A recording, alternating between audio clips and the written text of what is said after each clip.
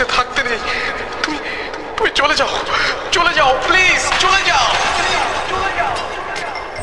সবটাই কি ইলুশন, নাকি অন্য জগতের কেউ কখনো হাজির হয়ে যায় চোখের পলকে? ভূত.com with রাসেল। Welcome back. আপনাদের সবাইকে স্বাগত জানাচ্ছি আমি রাসেল। আশা করছি আপনারা সবাই ভালো আছেন, ভালোর তলে আছেন। আমিও ভালো আছি আর ভালোর তলেই আছি। আজকে আরও একটা ঘটনা নিয়ে হাজির হয়ে গেলাম আপনাদের সামনে। আশা করছি প্রথম থেকে শেষ পর্যন্ত শুনবেন আপনারা এবং আপনাদের ভালো লাগবে। যারা শুনছেন তাদের কাছে বিশেষভাবে অনুরোধ, আমাদের চ্যানেলটি সাবস্ক্রাইব করুন এবং অবশ্যই বেল আইকনটি প্রেস করুন, তাহলে আপনারা সমস্ত নোটিফিকেশন পেয়ে যাবেন সাথে সাথে। কথা না বাড়িয়ে আমরা ঘটনায় যাই, চলুন।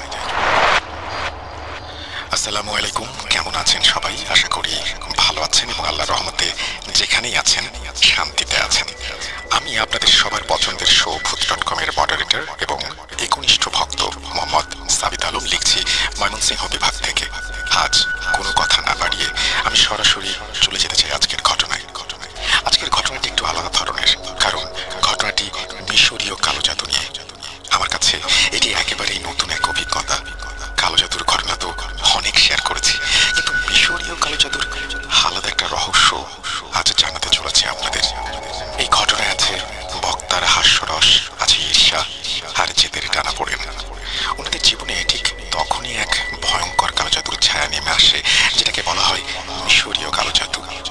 যখন এই জাদুর বিষয়টি ধরা পড়ে বা বোঝা যায়, তখন ঘটনাটি এক অন্যরকম মোড় নেয়, অনেকটা রোমাঞ্চকর ও ভয়ানক হয়ে ওঠে। তাই ঘটনাটি একদম শেষ পর্যন্ত শুনবেন এবং কোনো কথা না বাড়িয়ে শুরু করছি আজকের ঘটনা। ঘটনাটি কার কাছ থেকে আমি পেয়েছি, কিভাবে কালেক্ট করেছি, সেগুলো আজ আর বলছি না। শুধু এতটুকু বলছি যে ঘটনাটির বক্তা আমাকে যেভাবে বলেছেন আমি ঠিক সেভাবেই আপনাদের মাঝে উপস্থাপন করছি। বলছেন বক্তা।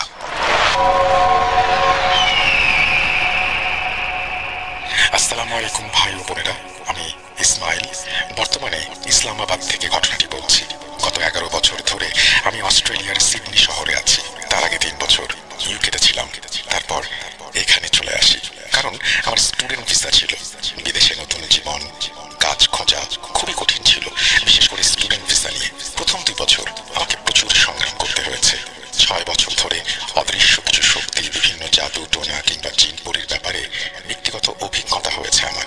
এমন অবস্থায় আমি অস্ট্রেলিয়াতে থাকতে থাকতে এসব বিষয়ে নিজের মতো করে গবেষণা করতে শুরু করি। একসময় আল্লাহর রহমতে নিজের একটা ছোট ব্যবসা করে তুলি, কর্পোরেট গাড়ি ভাড়া দেওয়ার। আমার ব্যবসা ও জীবনের ঘটনা।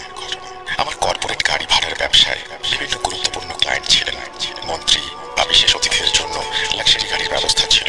কখনো কখনো গাড়ি 1 সপ্তাহ বা 2 সপ্তাহের জন্য বুক করা হতো। ব্যবসার শুরুতে অনেক কাঠ খড় পোড়াতে হয়েছে। নিজে নিজে কোম্পানি রেজিস্টার করেছি, ব্যবসার প্রসার বাড়াতে চেষ্টা করেছি। ধীরে ধীরে আল্লাহর রহমতে ব্যবসা জমে ওঠে আর এই বিজনেসে আরও কিছু গাড়ি যোগ করতে সক্ষম হই। এক সময় নিজের জীবনযাপনও একটু পরিবর্তিত হয়। নতুন গাড়ি কেনা, নতুন মোবাইল নেওয়া কিংবা ছোট বড় জিনিস কেনা, এই সব কিছুই বন্ধুদের সাথে শেয়ার করতাম, ছবি দিতাম সোশ্যাল মিডিয়ায়। ভ্রমণ আমার খুব পছন্দের। প্রতি সপ্তাহে কোথাও না কোথাও ঘুরতে যেতাম, বন্ধুদের সঙ্গে আনন্দ করতাম। মা অনেকবার বলেছেন, ইসমাইল এত বেশি শো অফ করা ঠিক না, এতে অনেকের নজরে পড়ে যেতে পারো। কিন্তু তখন আমার এসব কথা শোনার সময় ছিল না। 2015 সালে জীবন অনেকটাই স্থিতিশীল হয়ে গিয়েছিল। পাকিস্তানে গিয়ে নতুন একটা গাড়ি কিনে ফেললাম, যদিও আগে থেকেই একটা গাড়ি ছিল। মা তখনও বলেছিলেন এত তাড়াহুড়া না করতে। উনি বললেন যে যখন বাড়িতে আগে থেকেই গাড়ি আছে তখন নতুন গাড়ি কেনার দরকারটা কি। কিন্তু আমি চাইতাম আমার পরিবারের মধ্যে আমার কাছে সবচেয়ে ভালো গাড়ি থাকুক। ওই সময় আমি 2-3টা বিয়েতে গেস্ট হিসেবে গিয়েছিলাম। সেখানে আমি বেশ পরিচিত হয়ে উঠেছিলাম। সবাই ধরেই নিয়েছিল আমার কাছে অনেক টাকা আছে আর দামি জিনিসপত্র আছে। তাই আমি অনেকেরই নজরে পড়ে গিয়েছিলাম। এমনকি যাদের সঙ্গে আগে কখনো কথা হয়নি তারাও আমাকে ডাকতে শুরু করলো। তখন থেকেই আমি এঙ্গেজ ছিলাম। আমার মামার মেয়ের সঙ্গে এঙ্গেজমেন্ট হয়ে গিয়েছিল। তারা একটা কোয়ার্টারে থাকতেন, কিন্তু এঙ্গেজমেন্টের খবর থাকা সত্ত্বেও কিছু আত্মীয় স্বজন এসেছিলেন তাদের মেয়ের বিয়ের প্রস্তাব নিয়ে। তারা আম্মিকে বললেন, আমরা আমাদের মেয়ের জন্য প্রস্তাব দিতে এসেছি। আমি বললেন, ইসমাইলও তো আগে এঙ্গেজমেন্ট হয়ে গেছে ওর মামার মেয়ের সঙ্গে, তাদের সম্পর্ক ঠিক আছে। তারপরও কিভাবে এটা জানার পরেও আপনারা একটা প্রস্তাব নিয়ে এলেন। তারা বলতো এঙ্গেজমেন্ট তো ভাঙাও যেতে পারে। এটা শুনে আমারও অদ্ভুত লাগলো। কয়েকদিন পর আমি আবারও অস্ট্রেলিয়ায় ফিরলাম আর আমার কাজে যোগ দিলাম। দেশে ফেরার 12 থেকে 14 দিন পর একদিন সকালে স্বাভাবিকভাবে কাজে বের হলাম আর অফিসে চলে গেলাম। অফিসে গিয়ে কাজ শুরু হয়ে গেল। আমার বাসা সিডনি শহর থেকে 30 থেকে 40 মিনিটের ড্রাইভ ছিল। অফিস থেকে বের হয়ে ফিরছিলাম, পথে হঠাৎ গাড়ি কোনো কিছুর উপর উঠে গেল। সঙ্গে সঙ্গে টায়ার ফাটার শব্দ পেলাম। আমি চিন্তায় পড়ে গেলাম, কিছুই বুঝতে পারছিলাম না। রাস্তায় কিছু ছিল না আর আমি খুব সতর্কতার সাথে গাড়ি চালাচ্ছিলাম। যেখানে দাঁড়িয়েছিলাম সেখানেই গাড়ি থামালাম। নেমে দেখি বাম পাশের 2টা টায়ারই ফেটে গেছে। আমার কাছে একটা টায়ার ছিল আর একটা ছিল না। তাই রাস্তার পাশে দাঁড়িয়েই সাইট অ্যাসিস্ট্যান্টকে ফোন করলাম। সে এসে আমার গাড়ি লোড করলো। আমি এবার নিজে একটা উবার বুক করলাম। বাসায় ফিরলাম। বাসায় এসে মোবাইলটা দেখলাম। কিছুক্ষণ পর ঘুমিয়ে পড়লাম। এটাই সেই রাত যেখান থেকে ঘটনার শুরু। বুঝতেও পারিনি আমার সাথে কি হচ্ছে। রাত 3টার দিকে ঘুম ভেঙে গেল। কেউ আমার বুকে আঘাত করলো। প্রচন্ড ব্যথা আর হৃদস্পন্দন খুব দ্রুত হচ্ছিল। চমকে উঠে দেখি শরীর ঘামে ভিজে গেছে, হাত পা ঠান্ডা হয়ে গিয়েছিল।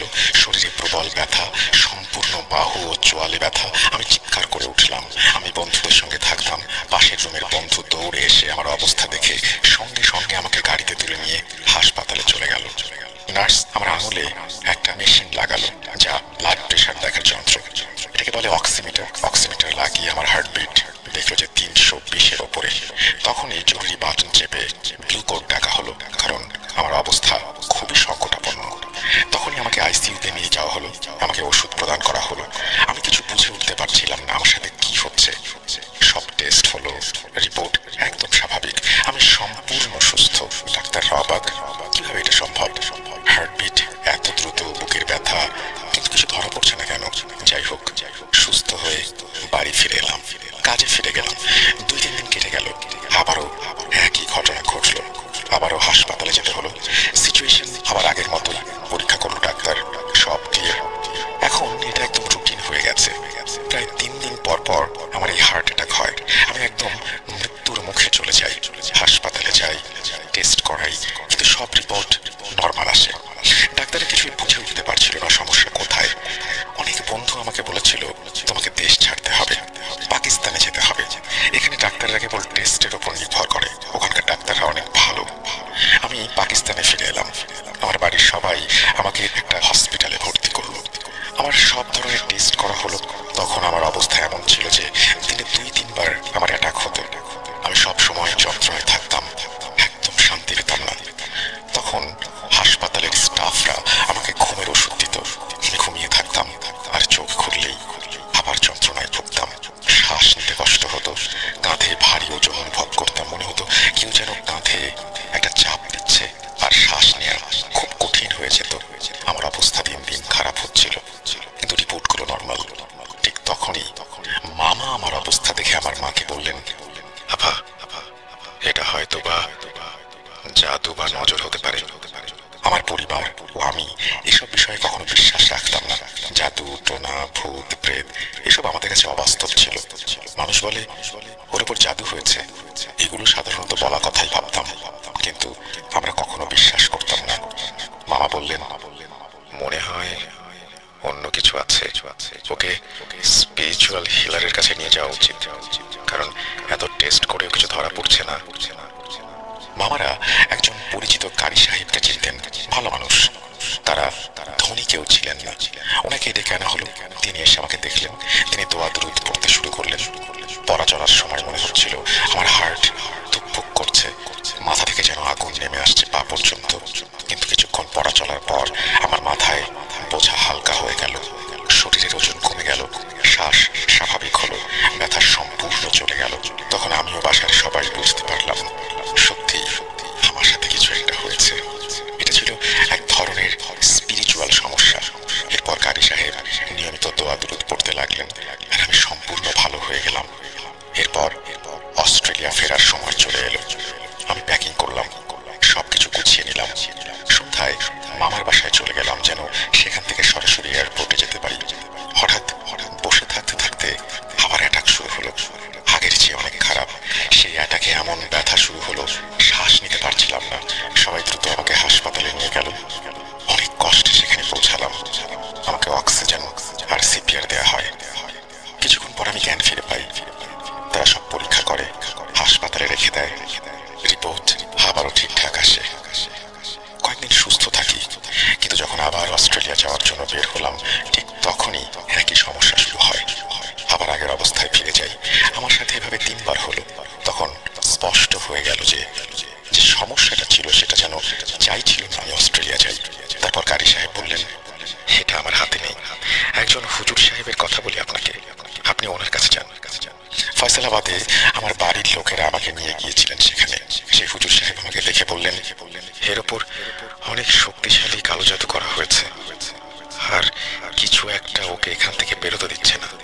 তারপর তিনি দোয়া পড়লেন এবং জাফরানের সাহায্যে কিছু তাবিজ দিলেন মাসখানেকের জন্য। উনি আমাকে বললেন, তুমি ফিরে গিয়ে কারি সাহেবকে বলো আমি একটা দোয়ার ব্যবস্থা করেছি, তোমরা সবাই মিলে সারা রাত মসজিদে বসে সেই দোয়া পড়ো। আমি ফিরে এলাম। বিনিয়াম মসজিদে গিয়ে দোয়াটার আমল করলাম। মসজিদে থেকেও সবকিছু খুব অদ্ভুত লাগছিল। কেমন যেন গা ছমছম একটা অনুভূতি। মনে হচ্ছিল কেউ আমার আশেপাশে আছে। কারি সাহেবও পড়ছিলেন আর আমি ওনার পাশে বসে পড়ছিলাম। আমরা সম্পূর্ণ রাত জোরে জোরে পড়েছি। এরপর তিনি একটা হাঁড়ি নিয়ে এলেন। তার মধ্যে কিছু বস্তু ছিল, সেটার ভিতরে দোয়া পড়ে সেটা বন্ধ করে দিলেন। বললেন, এটা কোথাও ভাঙা জায়গায় পুঁতে এসো। আমি, আমার মামা আর আমার বাবা সবাই মিলে এক ভাঙা জায়গায় গেলাম। সেখানে গিয়ে সেই হাঁড়িটা পুঁতে দিলাম। পরে হুজুর সাহেবের সঙ্গে কথা হলো। তিনি বললেন, এবার তুমি টিকিট কেটে নাও, আল্লাহ চাইলে তুমি যেতে পারবে। আমি একটু ভয় নিয়ে টিকিট কাটলাম। এবার আমার কিছুই হয়নি। আমি আবার অস্ট্রেলিয়ায় ফিরে গেলাম। 3 মাস ধরে আমি তাবিজ পড়তাম এবং চেষ্টা করতাম সম্পূর্ণ সুস্থ থেকে স্বাভাবিক জীবন কাটাতে। কিন্তু 3 মাসের মাথায় তাবিজের মেয়াদ শেষ হয়ে গেল। মাত্র 1 সপ্তাহের মধ্যে আবার সমস্যা শুরু হলো। এতটাই খারাপ অবস্থা ছিল যে আমাকে আবার হাসপাতালে ভর্তি হতে হলো। আমার অবস্থা এতটাই খারাপ হয়ে গিয়েছিল যে সব রকম পরীক্ষা নিরীক্ষা করার পরেও সবকিছু নর্মাল আসলো। কিছুতেই তবু উন্নতি হচ্ছিল না। বাড়ির সবাই খুব চিন্তিত হয়ে পড়লেন। অনেকে বন্ধু বান্ধব আর আত্মীয়দেরও এটা জানালেন। তারা উদ্বিগ্ন, বিরক্ত। আমার অবস্থা আরো খারাপ হতে শুরু করলো। নাক দিয়ে রক্ত পড়তে লাগলো, মুখ দিয়ে রক্ত পড়তে লাগলো। আমার ওজন কমতে শুরু করলো, শরীরও দুর্বল হয়ে গেল। আমি আগে বেশ ভালোই ছিলাম, কিন্তু তখন কোনো কাজে মন বসতো না, কিছুই করতে পারতাম না। ধীরে ধীরে সব কাজ বন্ধ হয়ে গেল। সমস্ত কন্ট্রাক্ট শেষ হতে থাকলো। বাঁচার জন্য আমাকে গাড়ি বিক্রি করতে হলো। একে একে সব গাড়ি বিক্রি হয়ে গেল। আমার অবস্থা খারাপ থেকে আরো খারাপের দিকে গেল। টাকা ফুরিয়ে গেল, ব্যবসাও থেমে গেল। তখন অনেকেই বলল, অস্ট্রেলিয়ায় কিছু শ্রীলঙ্কার আছে যারা নুরানি চিকিৎসা করেন, তুমি তাদের কাছে যাও। আমি তাদের কাছে গেলাম। তারা আমাকে চিকিৎসা করলো এবং কিছু সময়ের জন্য ভালো লাগলো আমার। যেমনটা আমি আগেই বলেছিলাম, আমি ভ্রমণ করতে খুব ভালোবাসি। তখন শরীর খারাপ ছিল, তাই আমার বন্ধুরা বলল, আমরা কোথাও যাই। সিটির কাছেই 1 ঘন্টার ড্রাইভে একটা জায়গা আছে, নাম কিয়ামা। এটা একটা ছোট শহর, সিডনি থেকে প্রায় 40 কিলোমিটার দূরে। সেখানে অনেক গাছপালা, ঘন বন, আর অনেক সময় রাস্তাগুলো একদম ফাঁকা থাকে। আমরা বিকেলে প্রায় 5টা থেকে 5:30টার মধ্যে বের হলাম। আমার সঙ্গে ছিল আমার বন্ধু আর মামাতো ভাই আমজাদ। আমরা কিয়ামায় পৌঁছালাম। মাঝে মাঝে কিছু জায়গায় থেমে যখন পৌঁছালাম তখন রাত প্রায় 9টা থেকে 9:30। সেখানে একটা ব্লু হোল ছিল, মানে ওখানে পাথরের মধ্যে একটা ছিদ্র ছিল, আর সেই ছিদ্রটা নিচে সমুদ্রের সাথে সংযুক্ত ছিল। যখন বড় ঢেউ আসতো, জল ওই ছিদ্র দিয়ে ফেটে বের হতো। এটা একটা টুরিস্ট স্পট, অনেক মানুষ আসে। তখন শীতকাল, এখানে শীত উল্টো। জুন জুলাইতে শীত পড়ে, ডিসেম্বর জানুয়ারিতে গরম। শীতে ওখানে ঠান্ডা বাতাস বইত। আমার বন্ধুরা সেটা দেখে মুগ্ধ হয়ে গিয়েছিল। তখন আমাদের ছাড়া ওখানে আর কেউ ছিল না। এখান থেকেই ঘটনার শুরু। আমি সেখানে দাঁড়িয়েছিলাম, হঠাৎ আমার চোখে কিছু পড়ে যায়, আর আমি 3-4টা ধাপ হেঁটে সামনের দিকে এগোতেই দেখি সেখানে কেউ নেই। সেটা ছিল সেই দিন যেদিন আমার শরীরে অদ্ভুত কিছু একটা আনাগোনা শুরু হলো। মনে হয়েছিল হয়তো আমার কোনো বন্ধু মজা করছে, কিন্তু আজ পর্যন্ত কেউ কোনোদিন এমন মজা করেনি। সবাই জানতো আমি অসুস্থ, আমার সব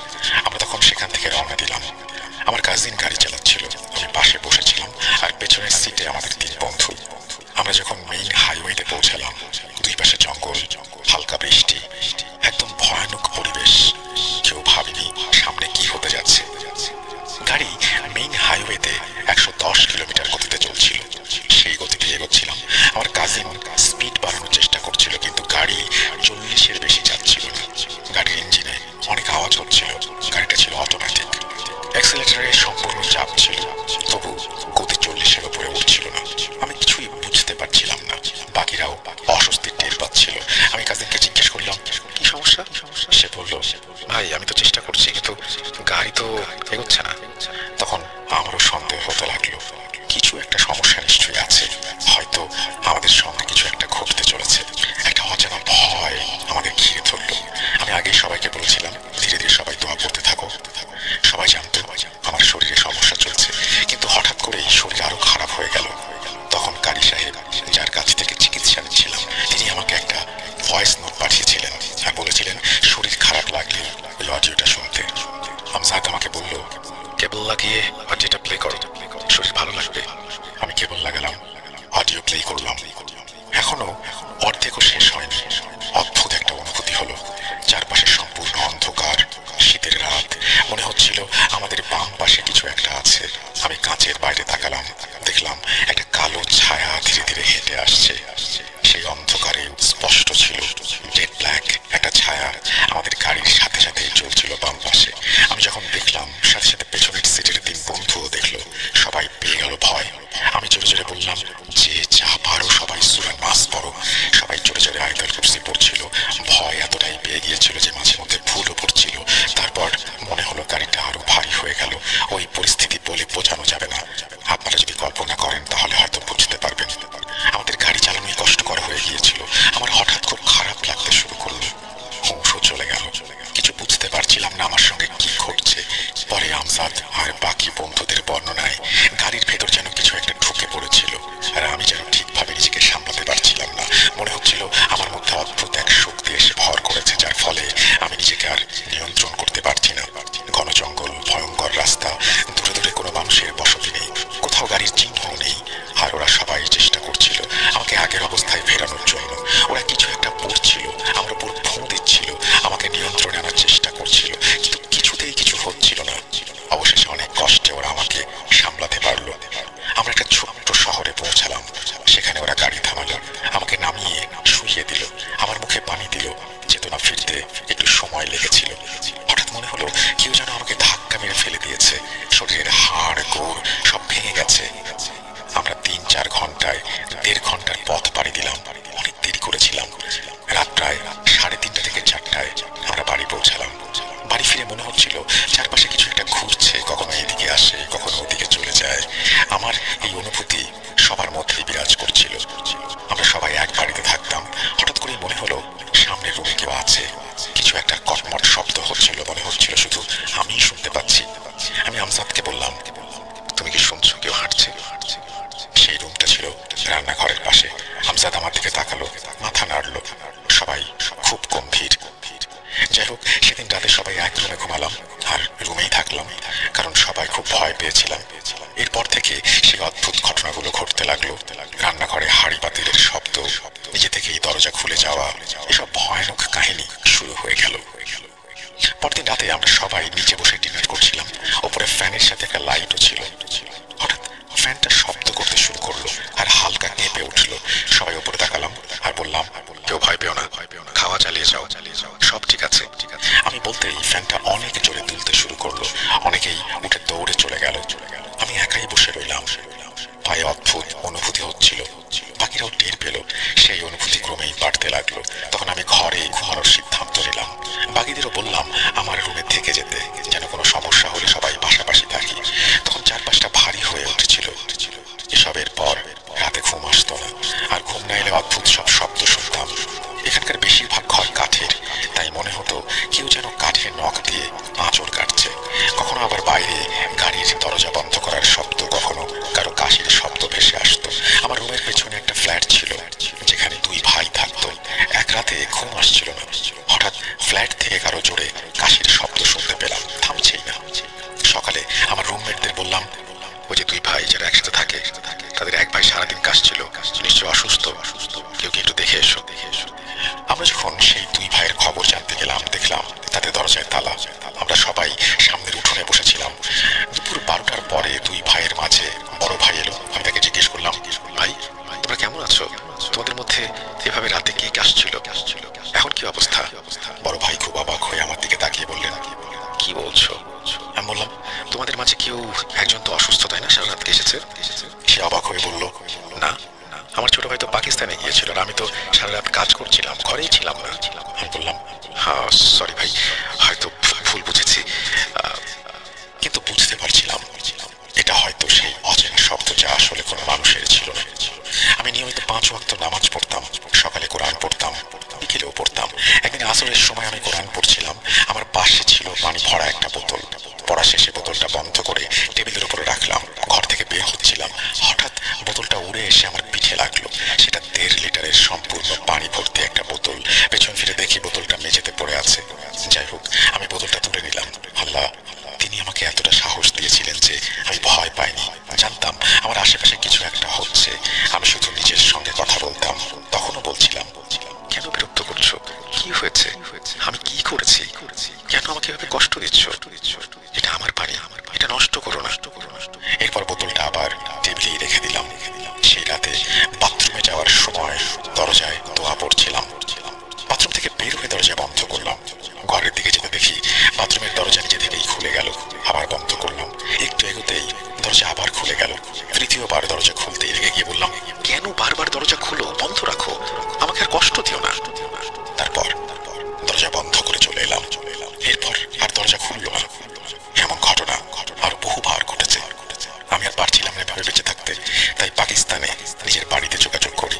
করাচির কাজমি সাহেব ছিলেন খুবই বয়স্ক, তার সঙ্গে যোগাযোগ করলাম, সব ঘটনা বললাম।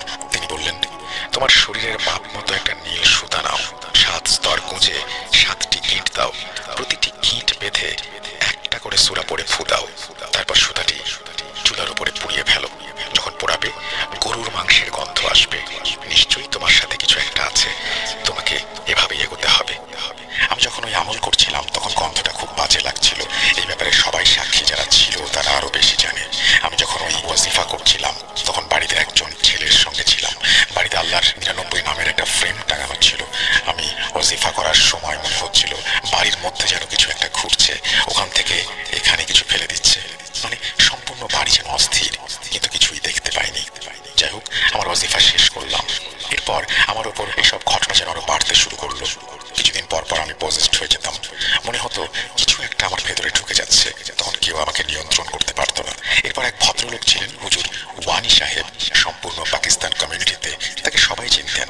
একদিন এক আননোন নাম্বার থেকে ফোন এলো। সে বলল, বাবা, শুনেছি তুমি এমন অবস্থায় আছো। আমি একজনকে চিনি, সে লেবানিজ, চিকিৎসা করে। তার মাধ্যমে একজন ছেলে ভালো হয়েছে।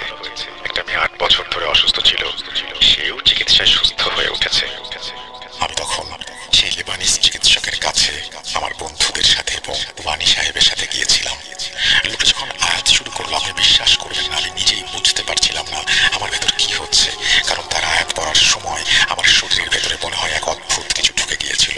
আর ওই দিন হুজুর সাহেব আর অন্যরা বলল তারা যে জিনিসটা দেখেছে সেটা ছিল নাকা বন্ধ। এমন কিছু তারা আগে কখনো দেখেনি। সবাই আমাকে সামলানোর চেষ্টা করছিল। লোকটার যেখানে বসার জায়গা ছিল তার সামনে আমি উন্মাদের মতো আচরণ করছিলাম আর সব জিনিস তুলে এখানে ওখানে ছুঁড়ে মারছিলাম। ওই সব জিনিস তুলতে আমার ভেতরে শক্তি ছিল না। আমার ওজন তখন মাত্র 40 কেজি।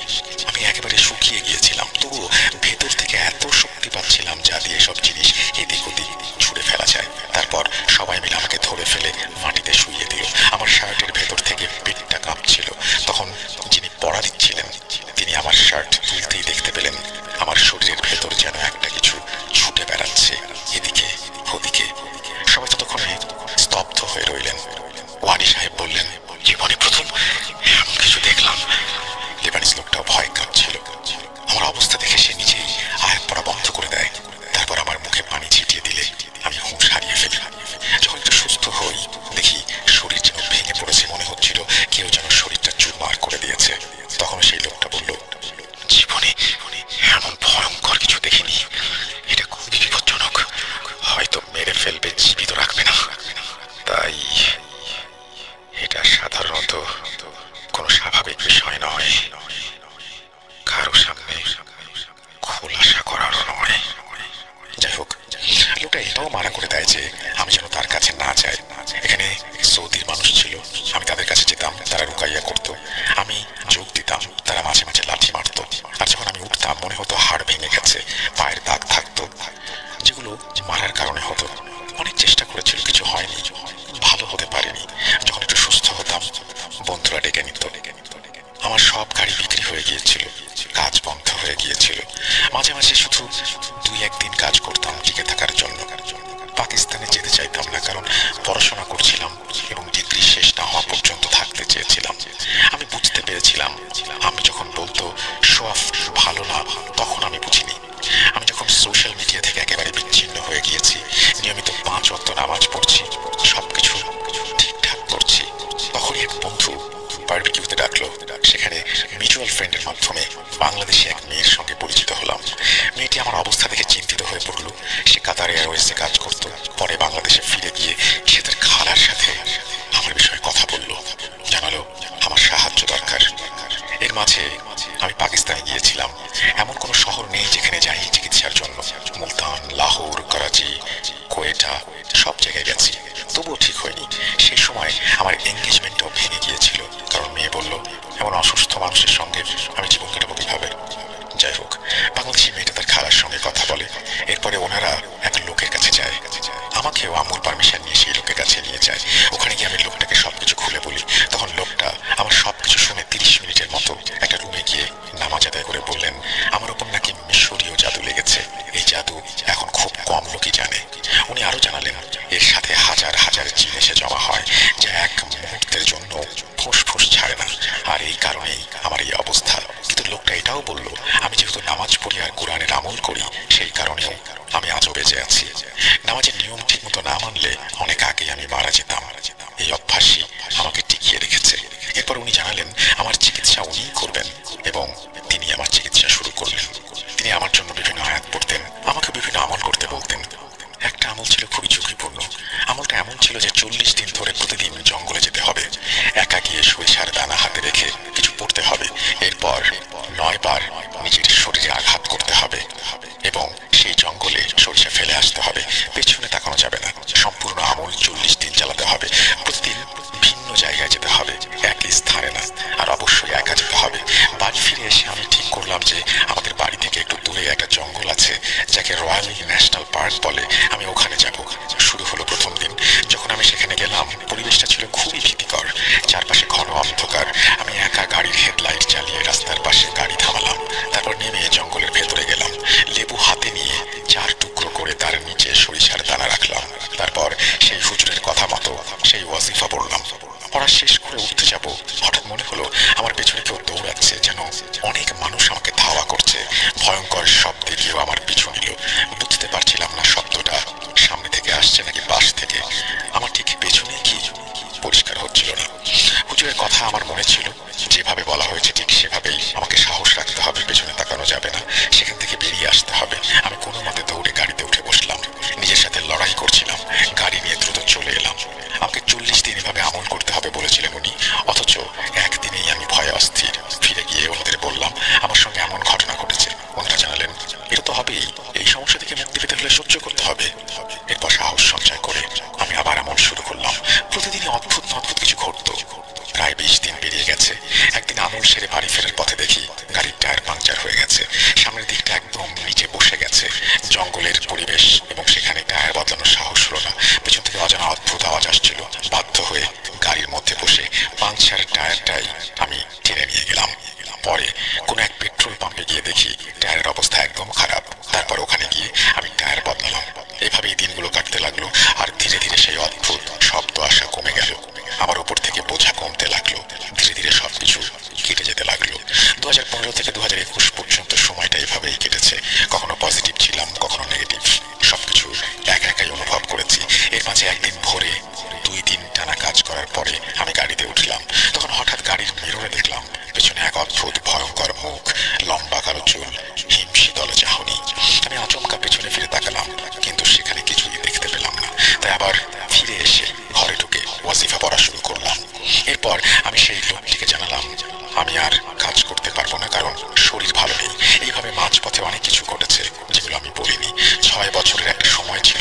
এই 6 বছরে অনেক কিছু হয়েছে আমার সাথে, কিন্তু সেই 40 দিনের আমল আমি সম্পূর্ণ করি আর আল্লাহর রহমতে সুস্থ হয়ে যাই। আপনাকে একটা ছোট ঘটনা বললাম, ওখান থেকে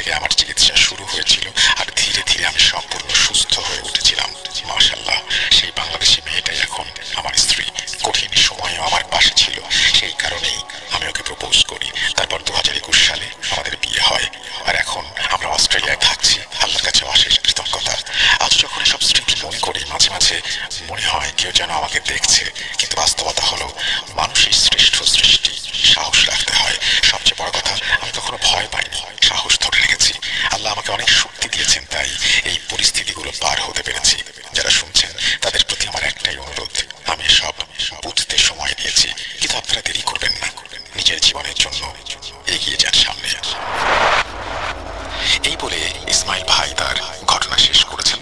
আশা করছি এই ঘটনাটি আপনাদের ভালো লেগেছে। যদি ভালো লাগে অবশ্যই আমাদের জানাবেন, যদি ভালো না লাগে সেটাও আমাদেরকে জানাবেন। আমরা চলে যাব আমাদের পরবর্তী ঘটনায়। আশা করছি প্রথম থেকে শেষ পর্যন্ত আমাদের সঙ্গেই থাকবেন। আমরা এমন কিছু ঘটনায় যাব যে ঘটনাগুলো হয়তো আপনারা আগে শুনেছেন বা কখনোই শুননি বা বারবার শুনতে চান।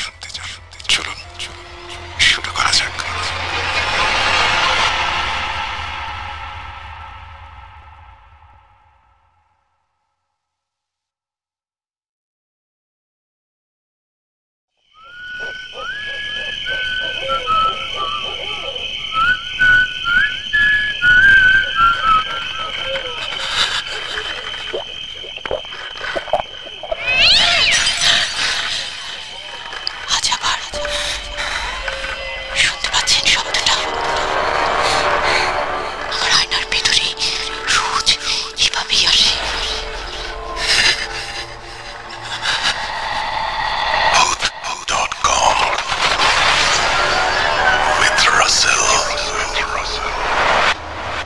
ঈদের অগ্রিম শুভেচ্ছা জানিয়েই শুরু করতে চাই আমাদের আজকের ভূত.com। কারণ আজকে যখন ভূত.com-এর 229তম এপিসোড আমরা করছি, তখন অনেকেই হয়তো রওনা হয়েছেন বাড়ির পথে, যাচ্ছেন আপন জনের সাথে ঈদ উদযাপন করতে। সুতরাং আজকের এই দিনটা অত্যন্ত গুরুত্বপূর্ণ। এমনিতেই শুক্রবার এবং সবচেয়ে বেশি মানুষ মনে হয় আজকে ট্রাভেল করছেন, গতকাল রাতেও করেছেন, কিন্তু আজকে অনেকেই ট্রাভেল করছেন। তো আমি ভাবছিলাম এই জন্যই যে ঈদের যে স্পেশাল এপিসোড, সেই এপিসোডটা আজকে দেওয়াটাই সবচেয়ে বুদ্ধিমানের কাজ হবে। সো আমার মনে হয় যে আজকে আপনারা যারা যাচ্ছেন বিভিন্ন জায়গায়, তারা অনেক আনন্দেই আছেন, কারণ প্রিয়জনের সাথে আর অল্প কিছুক্ষণের মধ্যে হয়তো আপনাদের দেখা হবে। আপনাদের যাত্রা শুভ হোক এবং এই যাত্রার সময়টাতে আমরা আপনাদের সঙ্গে থাকতে চাই। আর যারা যেতে পারেননি অথচ যেতে চেয়েছিলেন, তাদের জন্য আমার শুভকামনা রইল। কারণ আমি বিশ্বাস করি যে আপনারা যেতে পারেননি, ঠিক আছে, নানান ধরনের প্রবলেম থাকে, কিন্তু ঈদের সময় খুশিতে ঈদ উদযাপন করাটাই সবচেয়ে বড় কথা। নিশ্চয়ই কোনো একটা কারণ ছিল যে কারণটির কারণে আপনি যেতে পারেননি, এবং সেই কারণটিও কিন্তু গুরুত্বপূর্ণ কারণই। সুতরাং মন খারাপ করার কিছু নেই। আর যারা যাচ্ছেন তাদের জন্য তো শুভকামনা রইলই। আজকে একটা স্পেশাল এপিসোড করবই, ফেরার পথেও আর একটা স্পেশাল এপিসোড উপহার দেব আশা করছি। কারণ যখন আমরা নেক্সট ফ্রাইডের এপিসোডটা করব, তখন দেখবেন যে আপনারা হয়তো আবার ঈদ থেকে বাড়ি ফিরছেন। কালকে একটা স্পেশাল এপিসোড হবে। ঈদের দিন কোনো এপিসোড হবে কিনা আমি ঠিক আপনাদেরকে বলতে চাচ্ছি না এই মুহূর্তে, অনেকে তো জেনেও গেছেন। তারপরেও যাই হোক, আমি আজকের এপিসোডটা শুরু করি। আপনাদেরকে অনেক ধন্যবাদ যারা ঘটনা পাঠিয়েছেন, এবং আমাদের স্পেশাল এপিসোডে কিছু স্পেশাল মানুষদের ঘটনা দিয়ে শুরু করতে চাই। প্রথমেই লাজিম ইয়াসার জিয়াদ, যার ঘটনা দিয়ে শুরু করছি আমাদের আজকের এপিসোড। যেভাবে লেখা আছে আমি সেভাবেই পড়ে শোনাচ্ছি। প্রিয় লিসেনার্স, একবার চিন্তা করে দেখুন, আপনার পরিচিত কোনো একজন মানুষ যাকে আপনি সব সময় দেখছেন আপনার আশেপাশে, যার সাথে আপনি সব সময় চলাফেরা করছেন, যদি হঠাৎ করেই কোনো একদিন আপনি জানতে পারেন সেই মানুষটি আসলে মানুষ না, একজন জিন, তখন বিষয়টি কেমন হয়ে দাঁড়াবে? আমি জানি প্রিয় লিসেনার্স, আমার এই কথাগুলো খুবই অস্বাভাবিক লাগছে আপনার কাছে। প্রিয় লিসেনার্স, আমার এই কথাগুলো বলার পেছনের উদ্দেশ্য কি জানতে চান? ধীরে ধীরে সব জানতে পারবেন। আসসালামু আলাইকুম প্রিয় রাসেল ভাই এবং শ্রোতা বন্ধুরা, আশা করি আল্লাহ তাআলার অশেষ রহমতে ভালোই আছেন। আমি লাজিম ইয়াসার জিয়াদ আজ আবারও ফিরে আসলাম প্রিয় লিসেনার আপনাদের মাঝে একটি ঘটনা নিয়ে। আজকের এই ঘটনাটি শুরু করার আগে আমি ভাইয়ার কাছে ক্ষমা চেয়ে নিচ্ছি আমার লেখায় অনিচ্ছাকৃত ভুলের জন্য। এই ঘটনাটি আমি সংগ্রহ করেছি মোহাম্মদ রুবেল হৃদয় ভাইয়ের কাছ থেকে। এর আগেও তার কাছ থেকে সংগ্রহ করা একটি ঘটনা আমি শেয়ার করেছিলাম, যা এপিসোড 214-তে সেই ঠান্ডা হাত শিরোনামে প্রচার করা হয়েছিল। তো চলুন সরাসরি ঘটনায় চলে যাওয়া যাক। বলছেন রুবেল ভাই, আমি বিয়ে করেছি কিছুদিন হয়। প্রতি শুক্রবার রাতের ধারাবাহিকতায় সে রাতেও আমি হেডফোনের মাধ্যমে ভূত.com-এর কোনো একটি এপিসোড উপভোগ করছিলাম। এমন সময় আমার ওয়াইফ আমার কাছে এসে বলে ওঠে, প্রতি শুক্রবার রাতে তুমি হেডফোন কানে দিয়ে কি করো, কি শোনো? আজকে আমাকেও শোনাও তো। ওর এমন কথায় আমি ওর কানে একটি হেডফোন দিয়ে দিই। এরপর ও আর আমি মিলে সেদিন ভূত.com-এর এপিসোডটি উপভোগ করি। এপিসোডটির শেষে আমার ওয়াইফ হঠাৎ করে আমাকে বলে ওঠে, আমার পরিবারের একজন সদস্যের সাথে খুবই বেদনাদায়ক এবং ভয়ানক একটি ঘটনা ঘটেছে, যে ঘটনাটির প্রত্যক্ষদর্শী আমি নিজে। ওর সব কথা শুনে আমার মনে বেশ আগ্রহ জন্মায় ঘটনাটি শোনার জন্য। এরপর আমি ওর কাছে ঘটনাটি সম্পর্কে বিস্তারিত জানতে চাই। আমার আগ্রহ দেখে আমার ওয়াইফ ইয়াসমিন লিজা বলতে শুরু করে। আমার বাড়ি ঈশ্বরদী জেলা কোনো এক গ্রামে। আমার বাবারা মোট 7 ভাই। 7 ভাইয়ের মধ্যে সবার ছোট যিনি, মানে আমার ছোট চাচা, তিনি হচ্ছেন এই ঘটনাটির ভিকটিম। আমার ছোট চাচার নাম মোহাম্মদ হৃদয়। ঘটনাটি ঘটাকালীন আমার বয়স 15 বছর। সে সময় আমার চাচার সবেমাত্র বিয়ের কথাবার্তা চলছে, তার জন্য পরিবার থেকে মেয়ে দেখা হচ্ছিল। যাই হোক, একদিন দাদু এবং আমি আমাদের ঘরে বসে আছি, এমন সময় চাচা আসেন দাদুর কাছে এবং বলেন তার দাদুর সাথে কিছু কথা আছে। দাদু যদি অনুমতি দেন তাহলে তিনি বলবেন। বলে রাখা ভালো, আমার দাদা অনেক আগেই মারা গিয়েছিলেন, তাই দাদুর পর তিনি ছিলেন বাড়ির প্রধান। এরপর দাদু অনুমতি দিলে চাচা বলতে শুরু করেন, মা, আপনারা তো আমার বিয়ের জন্য মেয়ে দেখছেন, তবে আমার এখানে কিছু কথা আছে যা আপনাদের বলা খুবই দরকার। আমি যদি আমার পছন্দে বিয়ে করি তাহলে আপনাদের কি কোনো আপত্তি আছে? এই কথাটা বলার পেছনে কারণ হচ্ছে আমার পছন্দের একটা মেয়ে আছে। আপনারা যদি অনুমতি দেন তাহলে আমি ওকে বিয়ে করতে চাই। চাচার সব কথা শুনে দাদু বলেন, মেয়ে যদি ভালো হয়, মেয়ের পরিবার যদি ভালো হয়, তাহলে এই বিয়েতে আমাদের কোনো আপত্তি থাকবে না। আমাদের পরিবারের সবাই মিলে আগে মেয়েটাকে দেখতে যাব, এরপর এই বিয়ে নিয়ে আমরা একটা সিদ্ধান্ত নেব। দাদুর সব কথা শুনে চাচা বলেন, ঠিক আছে মা, আপনারা যা সিদ্ধান্ত নেবেন তাই হবে। আমি কাল লিজাকে নিয়ে ওদের বাড়িতে যাই এবং তাদের এই বিষয়টা জানিয়ে আসি যে আমরা কালকের পর তাদের বাড়িতে সপরিবারে আসছি মেয়ে দেখার জন্য। আমি আমাদের বাড়ির একমাত্র মেয়ে হওয়ায় আমাকে সবাই খুব আদর করতো, অনেক ভালোবাসতো। বিশেষ করে আমার ছোট চাচার কাছে আমি ছিলাম অনেক আদরের। যাই হোক, যা বলা সেই কাজ। পরদিন দুপুরে চাচা আমাকে এসে বলেন, তাড়াতাড়ি রেডি হয়ে নে তো, কাকিদের বাসায় যাবো তো।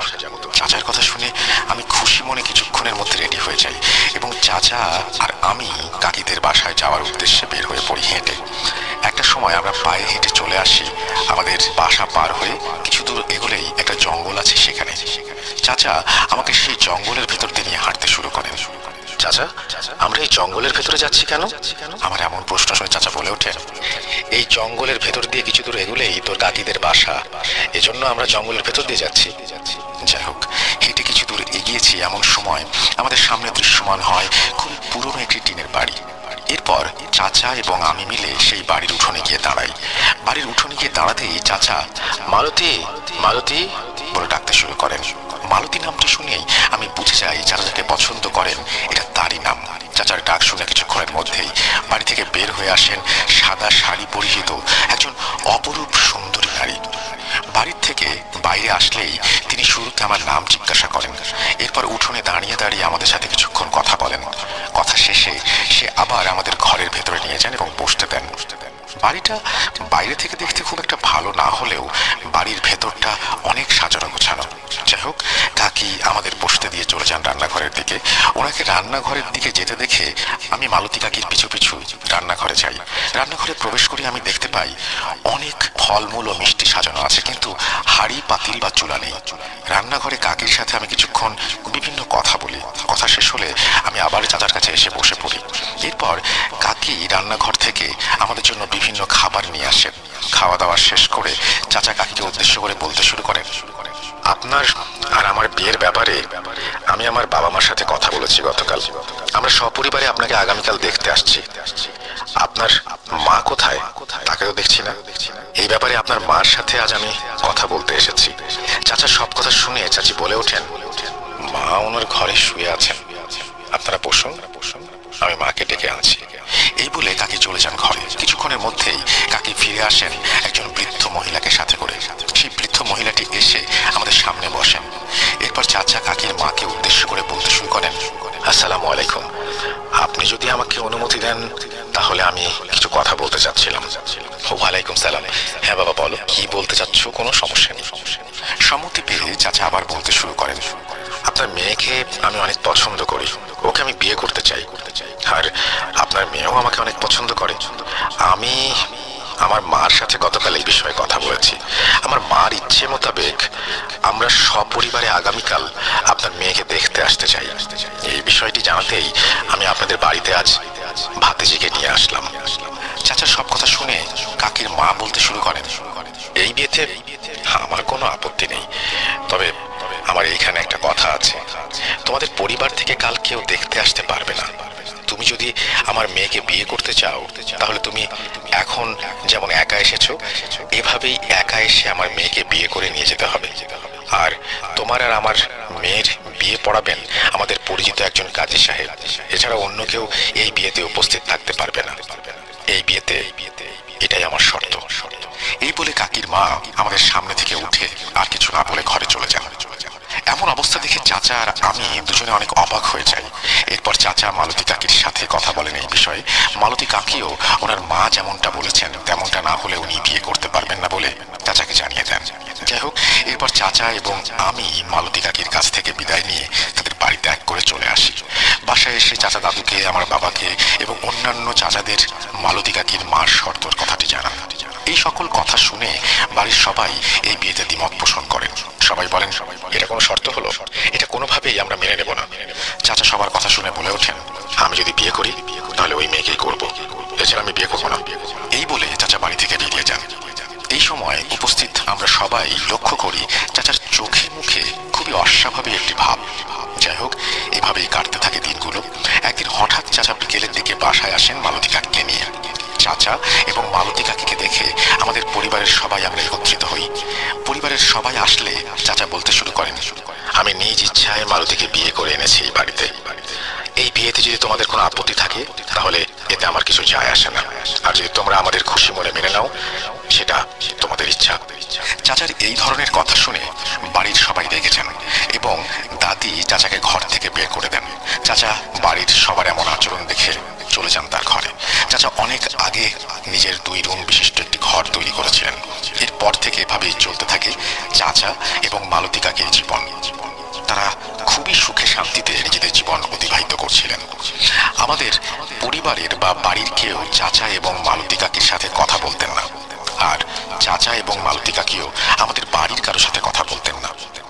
ঘটনার শুরুতেই বলেছি চাচা আমাকে অনেক আদর করতেন, সেই সুবাদে মালতী কাকিও আমাকে অনেক আদর করতেন। কিছুদিনের মধ্যে মালতী কাকির সাথে আমার বেশ ভাব জমে যায়। এভাবেই অতিবাহিত হয়ে যায় একটি বছর। ছেলেটির নাম রাখা হয় আসিফ। চাচার ছেলে হওয়ার পরও আমাদের বাড়ি থেকে কেউ তাদের এই বিয়েটি মেনে নেন নাই। বাড়ির কেউ মেনে না নিলেও চাচা এবং কাকির এই বিষয়ে আক্ষেপ ছিল। যাই হোক, এই সমস্ত বিষয় ছাড়া তাদের জীবন সুখেই কাটছিল। সেদিন রাতেও আমি চাচাদের বাসায় চাচাদের বেডরুমের পাশের রুমে শুয়ে আছি। এমন সময় আমি শুনতে পাই চাচা তাদের বেডরুম থেকে চিৎকার করে কাকিকে উদ্দেশ্য করে বলছেন, আচ্ছা, একটা বিষয় আমি কোনোভাবেই বুঝতে পারছি না। বিয়ের পর থেকেই প্রতি শুক্রবার এশার নামাজের পরে কেন তুমি আমাকে 2 ঘন্টার জন্য ঘর থেকে বাইরে থাকতে বলো? এর পেছনে কারণ কি? সত্যটা বলো আমাকে। এই বিষয়ে তোমাকে জিজ্ঞেস করলে তুমি প্রতিবার বলো এই 2 ঘন্টা নামাজ পড়ো।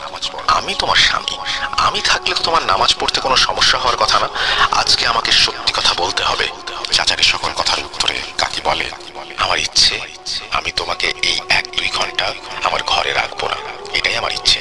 এর পেছনে কোনো কারণ নেই। আমার ইচ্ছার বিরুদ্ধে গিয়ে যদি তুমি ঘরে ঢোকো তাহলে তোমার আর তোমার ছেলের অনেক ক্ষতি হবে, আর যদি কোনো ক্ষতি হয় এর দায়ভার আমার না। এই বলে কাকি থেমে যান। এরপর চাচাদের রুম থেকে আর কোনো কথা শোনা যায় না। কাকির সব কথা শুনে আমি অনেক অবাক হই। এসব কি বলেন কাকি? আমি কোনো কিছুই বুঝতে পারি না। যাই হোক, এসব চিন্তা করতে করতে আমি ঘুমিয়ে যাই।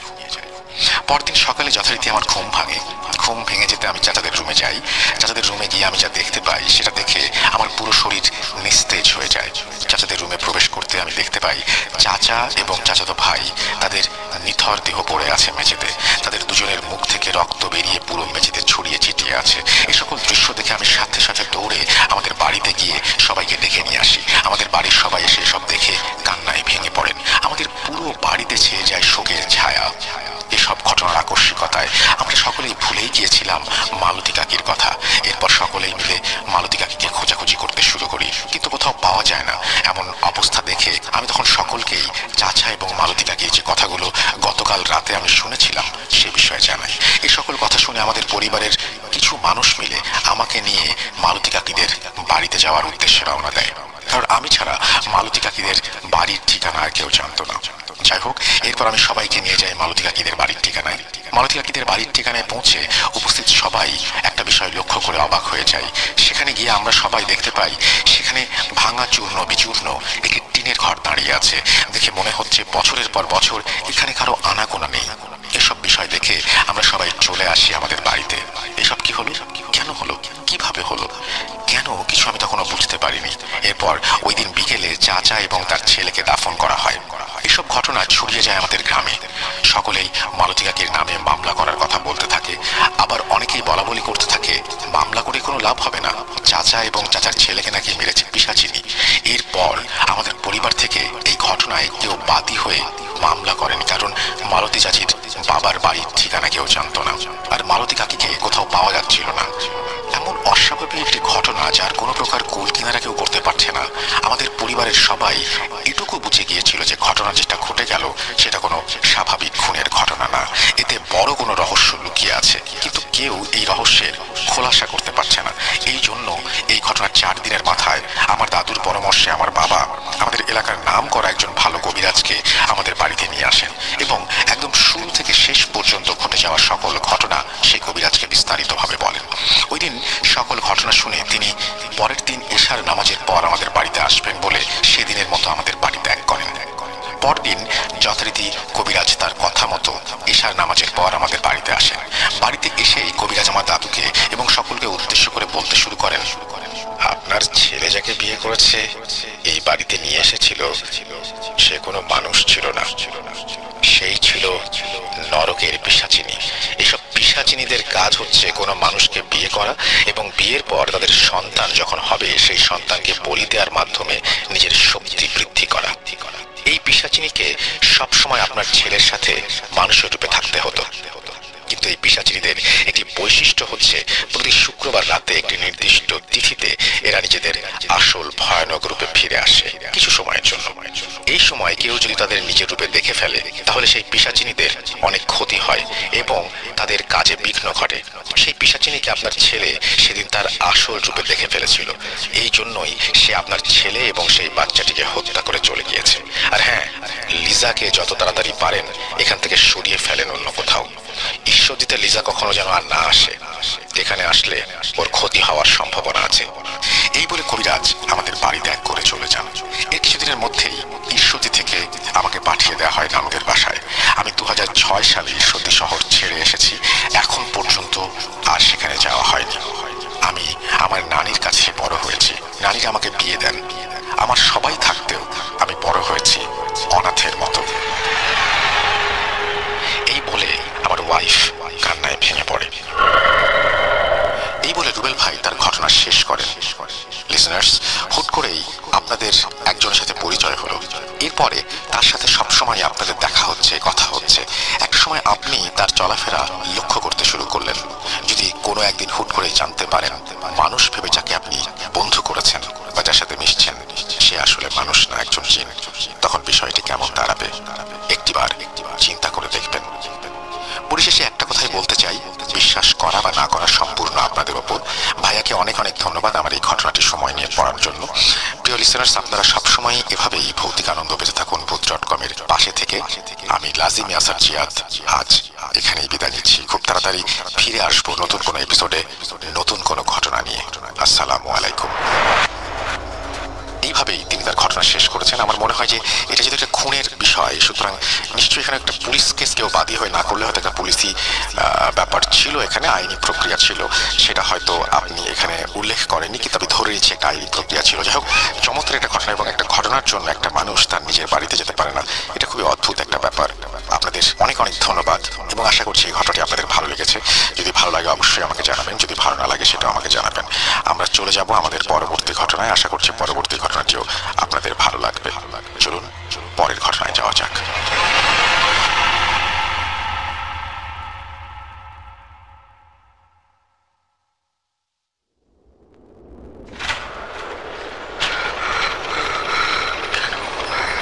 কেন তুমি আসো?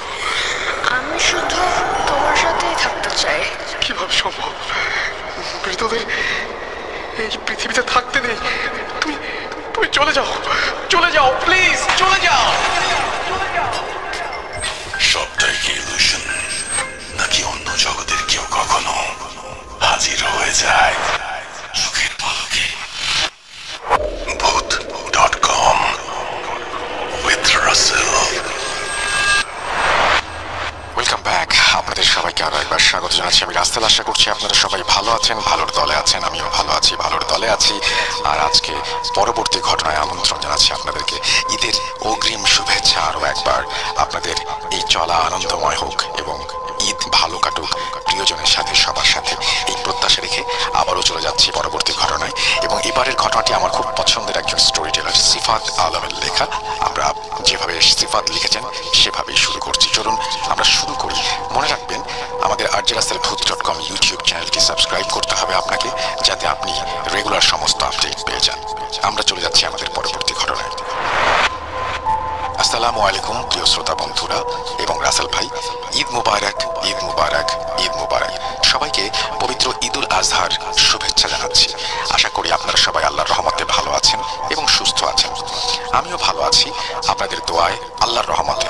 দীর্ঘ বিরতির পর নতুন করে ফিরে আসা।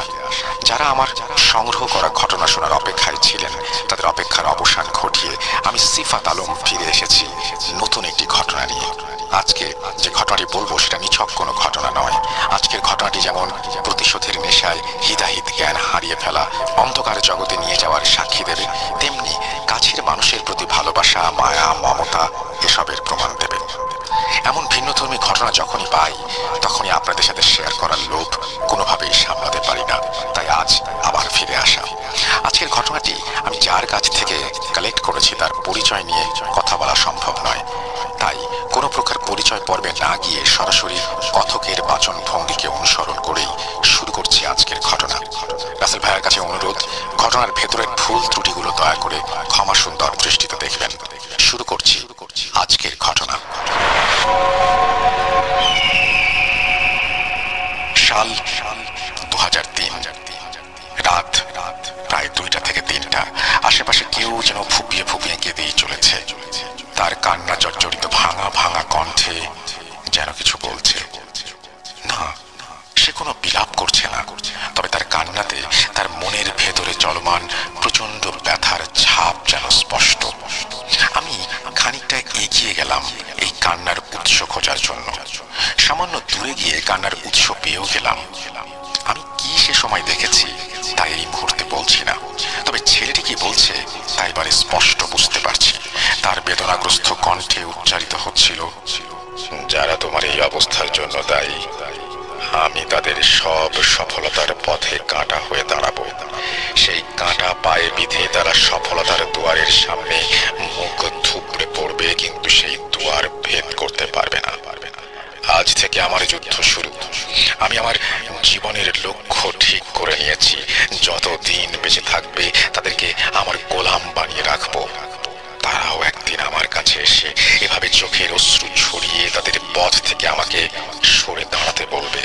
সেদিন আমি হাসবো আর তারা কাঁদবে, কিন্তু আমার মনে তাদের জন্য কোনো করুণার জন্ম হবে না। আমি তাদের পথে আরো কাঁটা বিছিয়ে দেব। তাদের ধ্বংস না দেখে আমি কিছুতেই ক্ষান্ত হব না, কিছুতেই না। তুমি দেখে নিও, তোমার কাছে এই আমার শেষ প্রতিজ্ঞা। ছেলেটির কথা শুনে যে কেউ বুঝতে পারবে তার মনে জমে আছে কারোর জন্য তীব্র ঘৃণা, যাদের জীবনটাকে শেষ করে দেবার জন্য সে যে কোনো পর্যায়ে অতিক্রম করতে প্রতিজ্ঞাবদ্ধ। কিন্তু কেন? এর পেছনে নিশ্চয়ই কোনো গল্প আছে। কি সেই গল্প? সেই গল্প জানার উদ্দেশ্যে আমি তার কাছে যাবার জন্য কেমন যেন এক অজানা আকর্ষণ অনুভব করি। আমার মনে তার গল্প জানার যে কৌতূহল জন্ম নিয়েছিল তার ফলাফল তখনও আমার অজানা। তবু আমি তার কাছে গিয়ে কথা বলার চেষ্টা করি। এরপরের কাহিনীটা না হয় শেষের জন্যই জমা থাক। এখানে যে ছেলেটির কথা বলছি তার নাম রূপক। খুবই সাধারণ গরিব পরিবারের ছেলে। থাকার জন্য না ছিল বাড়ি, না ছিল উদরপূর্তির জন্য পর্যাপ্ত খাবার।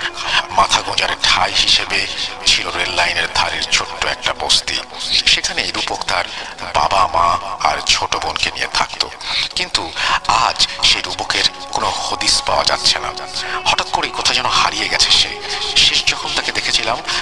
চেহারায় ছিল অন্যরকম এক প্রশান্তি, তার আর্থিক অবস্থাও ঘুরে দাঁড়িয়েছিল। কিন্তু রূপকের আসল পরিচয় হিসেবে যদি বলি সে একজন সাধারণ মানুষ, তাহলে সেটা হবে ভুল অথবা মিথ্যা। তার পরিচয় আমার থেকে ভালো কেউ জানে না। রূপক ছিল একজন তন্ত্র সাধনার উজ্জ্বল নক্ষত্র। সামান্য বস্তিতে থাকা একটা ছেলে কিভাবে তন্ত্র সাধনা শেখে আর কেনই বা শেখে, এই প্রশ্নটি হয়তো আপনাদের মনে ঘুরপাক খাচ্ছে। একটু অপেক্ষা করুন, এই ঘটনার সব জট আস্তে আস্তে খুলবে, আর সেটা খুলবো আমি। রূপক সাধারণ কোনো তান্ত্রিক ছিল না, সে ছিল খুবই আক্রমণাত্মক একজন তান্ত্রিক। সে কারোর ক্ষতি করার জন্য তন্ত্র সাধনা করত, ব্যাপারটা তেমন নয়। কিন্তু তাকে আমি এর মাধ্যমে কারো উপকারও করতে দেখিনি। মাসের পর মাস, বছরের পর বছর সে তার শিকারের জন্য অপেক্ষা করত। হ্যাঁ, শিকার খুঁজে বেড়াতো। কিন্তু এই যে সে শিকার নয়, এই শিকারের কিছু বৈশিষ্ট্য ছিল। এই শিকার শুধুমাত্র রূপকের একার শিকার ছিল না, বরং এই শিকার ছিল অন্য আরেকজনের। তার নাম হাসিদ আল রুহ। এই নাম কোনো সাধারণ নাম নয়, এই নাম তার নিজের দেয়া নাম। আল রুহ পরিচয় সম্পর্কে আমি সেই মুহূর্তে অবগত ছিলাম না। যখন জানলাম তখন মনে হলো মানুষের জীবন কখন কোন দিকে মোড় নেয় সেটা জানা গেলে কত ভালোই না হতো। সেসব কথা থাক। রূপকের মোট 4টি শিকার ছিল, সেগুলো বলছি একে একে। শিকার 1। প্রথম শিকার ছিল 19 বছর বয়সী একজন তরুণী, যার নাম আসমা।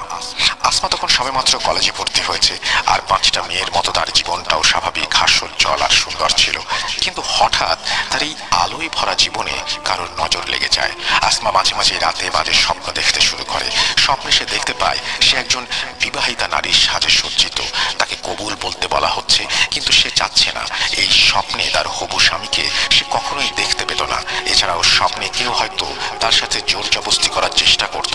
নিজেকে বাঁচাতে গিয়ে তার দম যেন বন্ধ হয়ে যেত। হঠাৎ বিকট চিৎকার দিয়ে সে ঘুম থেকে জেগে উঠত। ঘুম থেকে উঠে দেখতে পেত তার হাতে, পায়ে সহ শরীরের বিভিন্ন স্থানে কালো কালো দাগ। তার হাতে বেশ বড় মাপের আঙুলের ছাপ স্পষ্ট দেখা যেত। বাবা মাকে বলার পর তারা অনেক হুজুরের সাথে যোগাযোগ করেন, কিন্তু সবাই একসময় পিছু হটেন। এর কারণ তখন অজানা হয়েই রয়ে গিয়েছিল। প্রতি রাতে অসহ্য যন্ত্রণা ভোগ করতে হতো আসমাকে। হয়তো তার সামনে খারাপ কিছু অপেক্ষা করছিল। এদিকে রূপকের আচরণও কেমন যেন পাল্টে যেতে শুরু করে। সে যেন অস্থির হয়েই যাচ্ছে দিনকে দিন। আমি জিজ্ঞাসা করলে বলে, না, আসছে না, কোনো খোঁজ পাচ্ছি না, চেষ্টা চালিয়ে যাচ্ছি। আমার মন বলছে আল রুহ তার শিকার পেয়ে গেছে, কিন্তু ওই শিকার ওর নয়, আমার, শুধুই আমার। ওই শিকারের হকদার একমাত্র আমি। আজ রাতে আমি আবারও কড়াভাবে চেষ্টা করব সেই শিকারের খোঁজ বের করতে। আপনি আজ রাতে আমার ঘরের আশেপাশে ভুলেও আসবেন না। আর আমাকে আপনি সাহায্য করছেন, তাই আমি আপনাকে সব বলছি। আমার কাজ আপনাকে দেখাচ্ছি। এসব যদি ঘূর্ণাক্ষরেও কেউ জানতে পারে, তাহলে আমার পরবর্তী শিকার হবেন আপনি। কথাটা মাথায় রাখবেন। সেদিন তার কথা শুনে আমি বেশ ভয় পেয়ে যাই। আমার কাছে মনে হতে থাকে এ সেই রূপক নয় যাকে আমি প্রথমবার দেখেছিলাম। আসলে পরিস্থিতি তাকে হয়তো এভাবে বদলে দিয়েছে। সেদিন রাতে রূপক বেশ কিছু রিচুয়াল করে ঘুমিয়ে পড়ে। পরদিন সকালে সে আমাকে একটি ছোট কাগজে লিখে পাঠায়। আমাকে সাথে নিয়ে এক জায়গায় যাবে বলে জানায় সেই কাগজে। আমি বিকেলের দিকে রূপকের সাথে দেখা করি। তাকে দেখে বেশ উত্তেজিত লাগছিল। কিছু জিজ্ঞেস করার সুযোগ না দিয়েই বলতে শুরু করলো, ভাই, পেয়ে গিয়েছি। আমি তার বাসা সহ চিনে গিয়েছি। আর দেরি করা যাবে না, আসুন, এখনই বাসায় যাব। আমি রূপকের কথার মাথা মুন্ডু কিছুই না বুঝে তার দিকে হাঁ করে তাকিয়ে রইলাম। আমাকে চুপচাপ দাঁড়িয়ে থাকতে দেখে সে আমার হাত টেনে ধরে কোথায় যেন নিয়ে যেতে শুরু করে। আমি কেমন যেন ঘোরের মধ্যে চলে গেলাম। হঠাৎ তার কণ্ঠ শুনে চেতনা ফিরে পেলাম। দেখলাম আমি একটি ছোট টিনের বাড়ির সামনে দাঁড়িয়ে। এই জায়গাটা আমি চিনি না, আগে কখনো আসিনি, কিন্তু মনে হলো যেন কয়েক সেকেন্ডের মধ্যে আমি এখানে চলে এসেছি। রূপক আমাকে নিয়ে সেই বাসায় কড়া নাড়ল। এক মধ্যবয়সী মহিলা দরজা খুলে দিলেন। আমাদের পরিচয় জানতে চাইলে রূপক ওনাকে জিজ্ঞাসা করেন, চাচি, কিছু মনে করবেন না, আপনি আমাদের চিনবেন না। আপনার মেয়ের নাম আসমা, তাই না? আসলে আমার পরিচিত এক ইমামের মাধ্যমে আসমার অসুস্থতার কথা জেনে আমি এখানে এসেছি। ওর সাথে দেখা করতে। দেখা করা যাবে? রূপকের কথা শুনে মহিলা আর কোনো প্রশ্ন না করেই মেয়ের সাথে দেখা করতে রাজি হয়ে যান, কেননা মেয়ের সুস্থতাই এখন ওনার সব থেকে বড় বিষয় হয়ে দাঁড়িয়েছিল। আসমার সাথে দেখা করার পর আমার মনে হচ্ছিল আমি হয়তো কোনো কঙ্কালের গায়ে জড়ানো চামড়ার একজন মানুষ দেখছি। এত জীর্ণ শরীরের কোনো মানুষ আমি এর আগে দেখিনি। আসমার মা কাঁদতে কাঁদতে আমাদেরকে আসমার সমস্যাগুলো খুলে বলেন। আমি একটু আগেই উল্লেখ করেছিলাম, রূপক তখন আসমার মায়ের হাতে একটি কাগজ দিয়ে বলেন, ওই কাগজে মোড়ানো আছে এক বিশুদ্ধ উনুনের ছাই। এই ছাই যেন প্রতি রাতে আসমার মাথায় লাগিয়ে দেওয়া হয়। এছাড়া সে এক বোতল পানি বের করে কি যেন পড়ে তাতে ফু দিয়ে আসমাকে খেতে বলে। আসমা সেই পানি পান করে। রূপক মহিলাকে বলে, আজ থেকে আগামী 3 দিন খুবই বিপজ্জনক। এই সময় আসমা যেন ঘরের বাইরে না বের হয়, আর কোনোভাবেই এই ছাই লাগানোর কথা যেন ভুলে না যান। এই বলে রূপক আমাকে নিয়ে চলে আসে। আমি রূপককে জিজ্ঞাসা করি, ওটা কিসের ছাই? উত্তরে সে বলে, আজ না, অন্য একদিন বলবো। যদি আমার ভাগ্যে থাকে তাহলে নাকি আমি জানতে পারবো। তার উত্তরে কেন জানি না আমি সন্তুষ্ট হতে পারিনি। তাকে পুনরায় প্রশ্ন করি, 3 দিন কেন বিপজ্জনক? উত্তরে রূপক বলে, আপনি সব জানতে পারবেন, কিন্তু এখন না, 3 দিন পর। এই 3 দিন আমার সাথে কোনো প্রকার যোগাযোগ করবেন না। 3য় দিন আপনি সব জানতে পারবেন। কিভাবে জানতে পারবেন সে প্রশ্নও করবেন না। আমি তাকে আর কোনো প্রশ্ন না করে বাসায় ফিরি। 3 দিন পর কি হবে ভাবতে ভাবতে আমি অস্থির হয়ে পড়ি। এই 3 দিন আমার কাছে 3 বছরের মতো লম্বা মনে হচ্ছিল। 3 দিন পর রাতে ঘুমিয়ে আমি একটা অদ্ভুত স্বপ্ন দেখি। আমি দেখি লম্বা আলখেল্লা পরা একজন ব্যক্তি ভারী কণ্ঠে বলছে, কাজটা কি ভালো করলি? আমার শিকার কেড়ে নিয়ে ভেবেছিস শান্তিতে ঘুমাবি? একটা শিকার গিয়েছে, তাতে কি? এতে আমার কোনো ক্ষতি হয়নি। মাঝখান দিয়ে তোর বেশ কিছু কাঠখড় পোড়াতে হলো। কতদিন এভাবে আমার শিকার কেড়ে নিবি? পারবি না, পারবি না। পাশ থেকে ভেসে আসে কণ্ঠ। সে বলে, আমার কোনো কিছুই মনে রাখার নেই।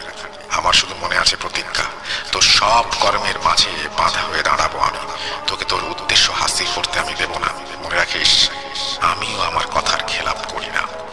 রূপকের কথা শেষ হতে না হতেই রূপকের সাথে সেই ব্যক্তির তুমুল যুদ্ধ শুরু হয়। রূপককে আমি চিনতে পারছিলাম না।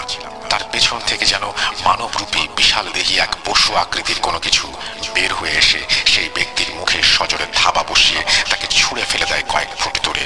রাগে ফুঁসতে ফুঁসতে সেই ব্যক্তি রূপককে হুমকি দিয়ে চলে যায়। হঠাৎ আমার মনে হলো রূপক আমার দিকে তাকিয়ে হাসছে আর বলছে, বলেছিলাম না সব জানতে পারবেন। তার চোখ টকটকে লাল, তার মুখের হাসি যেন স্বয়ং শয়তানের হাসিকেও হার মানাতে বাধ্য। আমার ঘুম ভেঙে যায়। ঘেমে নিয়ে আমি একাকার। সকালে রূপকের সাথে দেখা করি। আমাকে দেখে সে বলে, আপনি তো সব জেনেই গিয়েছেন, তাই আর কিছু জিজ্ঞেস করবেন না। আমি আসমার খোঁজ নিয়ে এসেছি। সে এখন ভালো আছে, তবে তাকে এখনো আরো কিছুদিন সেই ছাই ব্যবহার করতে হবে। আমি রূপককে জিজ্ঞাসা করি, এবার কি আর কি করতে চাও? উত্তরে রূপক একটা শব্দই বলে, আর তা হলো অপেক্ষা। আল রুহ আবার নতুন শিকার খুঁজবে। যখনই সে শিকার পাবে তখনই আবার রূপকের কাজ শুরু হবে। এর মাঝে রূপক প্রতিদিনই শ্মশানে আর কবরস্থানে কাটাতে শুরু করে। আমি এর কারণ জানতে চাইলে সে বলে, আল রুহ নাকি কোনোভাবেই থামবে না। সে আরো ক্ষমতা অর্জন করে ফিরে আসবে মোকাবেলা করার জন্য। শিকার হাতে না পেলে যদিও তার ক্ষমতা খুব একটা বাড়বে না, কিন্তু সেও তন্ত্র সাধনা করে, শক্তি অর্জন করতে সেও পারে। শিকার না পেয়ে সে এখন ঘায়েল বাঘের মতো, আর আঘাতপ্রাপ্ত বাঘের থাবা খুবই ভয়ঙ্কর। তাই রূপককেও আল রুহ মুখোমুখি হবার জন্য তৈরি থাকতে হবে যে কোনো পরিস্থিতি মোকাবেলা করার জন্য। দেখতে দেখতে দিন, সপ্তাহ, মাস কেটে যায়। অপেক্ষার শেষ হয় না। রূপকের সাথে অনেকদিন আমার দেখা সাক্ষাৎ নেই। আমি একরকম ভুলেই গিয়েছি তার কথা, কিন্তু হঠাৎ একদিন তার কথা মনে পড়ে যায়। আমার নিজের জন্য না, আমার খুব কাছের কারোর জন্য মনে পড়ে। আমি হন্যে হয়ে রূপককে খুঁজতে শুরু করি, কিন্তু তার দেখা মেলে না। প্রায় 4-5 দিন কেটে যায়।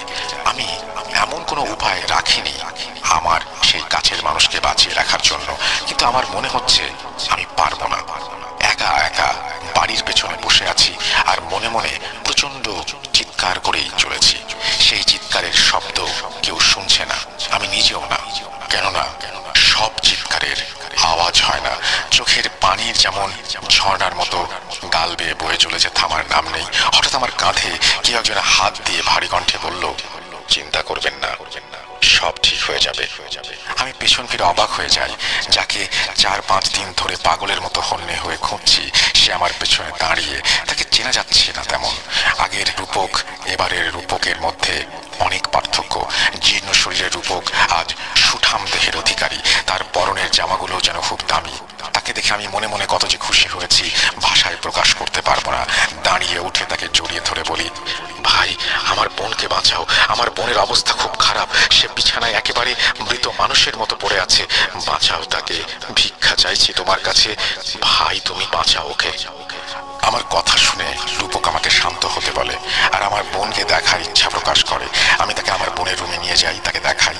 আমার বোনের হাতে কালো কালো ছোপ দাগ দেখে রূপক আমার কাছে সেই দাগ ছুঁয়ে দেখার অনুমতি চায়।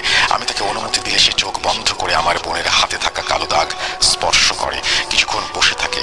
হঠাৎ সে আমার বোনের হাত ছেড়ে দিয়ে দ্রুত বাইরে চলে আসে। সে আনমনা হয়ে বারবার বলছিল, ইফরিত ইফরিত ইফরিত। ইফরিত কি তখন আমি জানতাম না।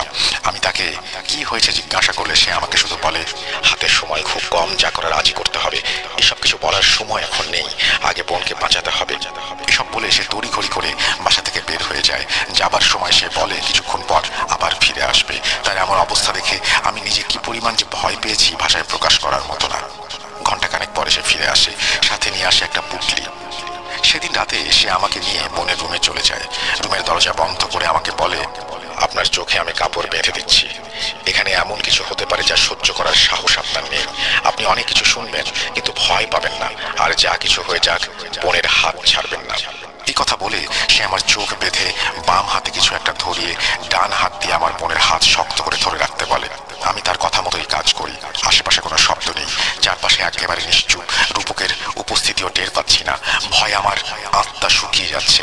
হঠাৎ রূপকের আওয়াজ শুনি। সে কাউকে উদ্দেশ্য করে বলছে সে তার আসল পরিচয় পেয়ে গেছে। আমি রূপকের কথা ছাড়া অন্য কারো কথা শুনতে পাচ্ছি না, কিন্তু মনে হচ্ছে রূপক কারোর সাথে কথা বলছে। এক পর্যায়ে আমার বোন হঠাৎ করে প্রচন্ড জোরে কাঁপতে শুরু করে। আমার হাত ছাড়ানোর জন্য সে পাগল হয়ে যায়। শুরু হয় চিৎকার, আর্তনাদ। আমার গলা শুকিয়ে যায়, হাত ব্যথায় যেন ভেঙে যাচ্ছে, না আর পারছি না ধরে রাখতে। আমার হাতে কামড় বসিয়ে দেয় আমার বোন, হাতের ওপরে চামড়া ছিঁড়ে ফেলে। ব্যথায় আমি হাউমাউ করে কেঁদে উঠি। রুমের ভেতরে যেন ঝড় বয়ে যাচ্ছে। রূপকের চিৎকারে আর আমার বোনের আর্তনাদে আমি যেন হিতাহিত জ্ঞান হারিয়ে ফেলছি। বারবার জ্ঞান হারাবো করেও হারাচ্ছি না। হঠাৎ কানের কাছে আমার বোনের মুখের অস্তিত্ব টের পাই। আমাকে ফিসফিস করে বলছে, এই শিকার আমার, হাতটা ছেড়ে দে। রূপক বারবার আমাকে হাত না ছাড়ার জন্য বলছে। আমি সজোরে আমার বোনের হাত ধরে আছি। রক্তে আমার হাত ভিজে যাচ্ছে। রক্তক্ষরণের জন্য আমি এক পর্যায়ে জ্ঞান হারাই। জ্ঞান ফিরে এলে দেখি আমার সামনে রূপক দাঁড়িয়ে। সে আমাকে বলে, আমার বোন অল্পের জন্য বেঁচে গেছে, আর কিছুক্ষণ আগে আমি হাত ছেড়ে দিলে তাকে হয়তো আর বাঁচানো যেত না। আমি রূপককে সব খুলে বলতে নির্দেশ করি। এবার আর কোনো অনুরোধ নয়, যা কথা হবে সরাসরি হবে ভেবে জিজ্ঞেস করি। সে আমাকে বলে, মনে আছে আল রুহ কথা? আমি নিজেও তার সঠিক পরিচয় জানতাম না, তার উদ্দেশ্য কি জানতাম না। আল রুহ শুধুই আমার কাছে এক নাম আর রহস্য হয়ে আমার জীবনে রয়ে গিয়েছিল, কিন্তু তার আসল পরিচয় সে একজন ইফরিত। ইফরিতের কাজ বংশবৃদ্ধি করা, আর তাই আল রুহ একের পর এক শিকার খুঁজে চলেছে। আপনার বোন সেই আল রুহ নামক রোগে আক্রান্ত, কিন্তু আল রুহ আপনার বোনকে কোনোভাবেই কবজা করতে পারছিল না কেন তা আমার জানা নেই।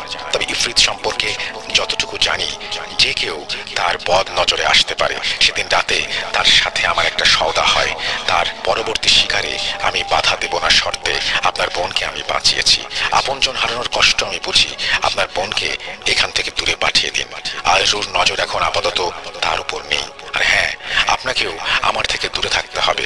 আমি আল রুহর কাছে ওয়াদা করেছি তার শিকারে বাধা না দেবার, কিন্তু সেটা সম্ভব নয়।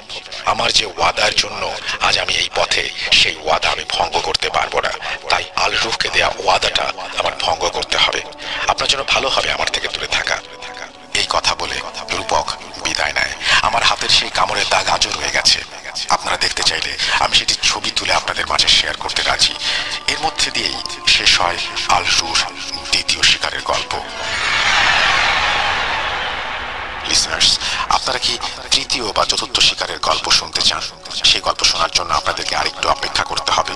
ভাবছি বাকি অংশ পরের সপ্তাহে দেব, কিন্তু না, ঈদুল আজহার এই উৎসব মুখর সময়ে আপনাদেরকে আর নিরাশ করছি না। চলুন চলে যাই তৃতীয় এবং চতুর্থ শিকারের গল্পে। এখানে বাকি দুটি গল্প একে অপরের সাথে সংযুক্ত, কিভাবে সেটাও বলছি। আল রু তৃতীয় এবং চতুর্থ শিকার ছিল দুই বোন, দুই যমজ বোন। একজনের নাম মারিয়া, অন্যজনের নাম রাজিয়া। তারা দুই বোন তখন দশম শ্রেণীর ছাত্র। এই ঘটনাটি শুরু থেকেই শুরু করি। চলে যাচ্ছি কথকের উপস্থাপনায়। আমার বোনের সুস্থ হবার পর তাকে কোথায় পাঠানো হয়েছে তা আমি শেয়ার করতে পারবো না। আসলে বর্তমানে আমি নিজেও আমার বোন কোথায় আছে তা জানি না, কেননা এতে তার বিপদ হতে পারে। রূপক সেদিন চলে যাবার পর তার সাথে আমার আর দেখা হয়নি। এভাবে চলতে চলতে প্রায় 4টি বছর কেটে যায়।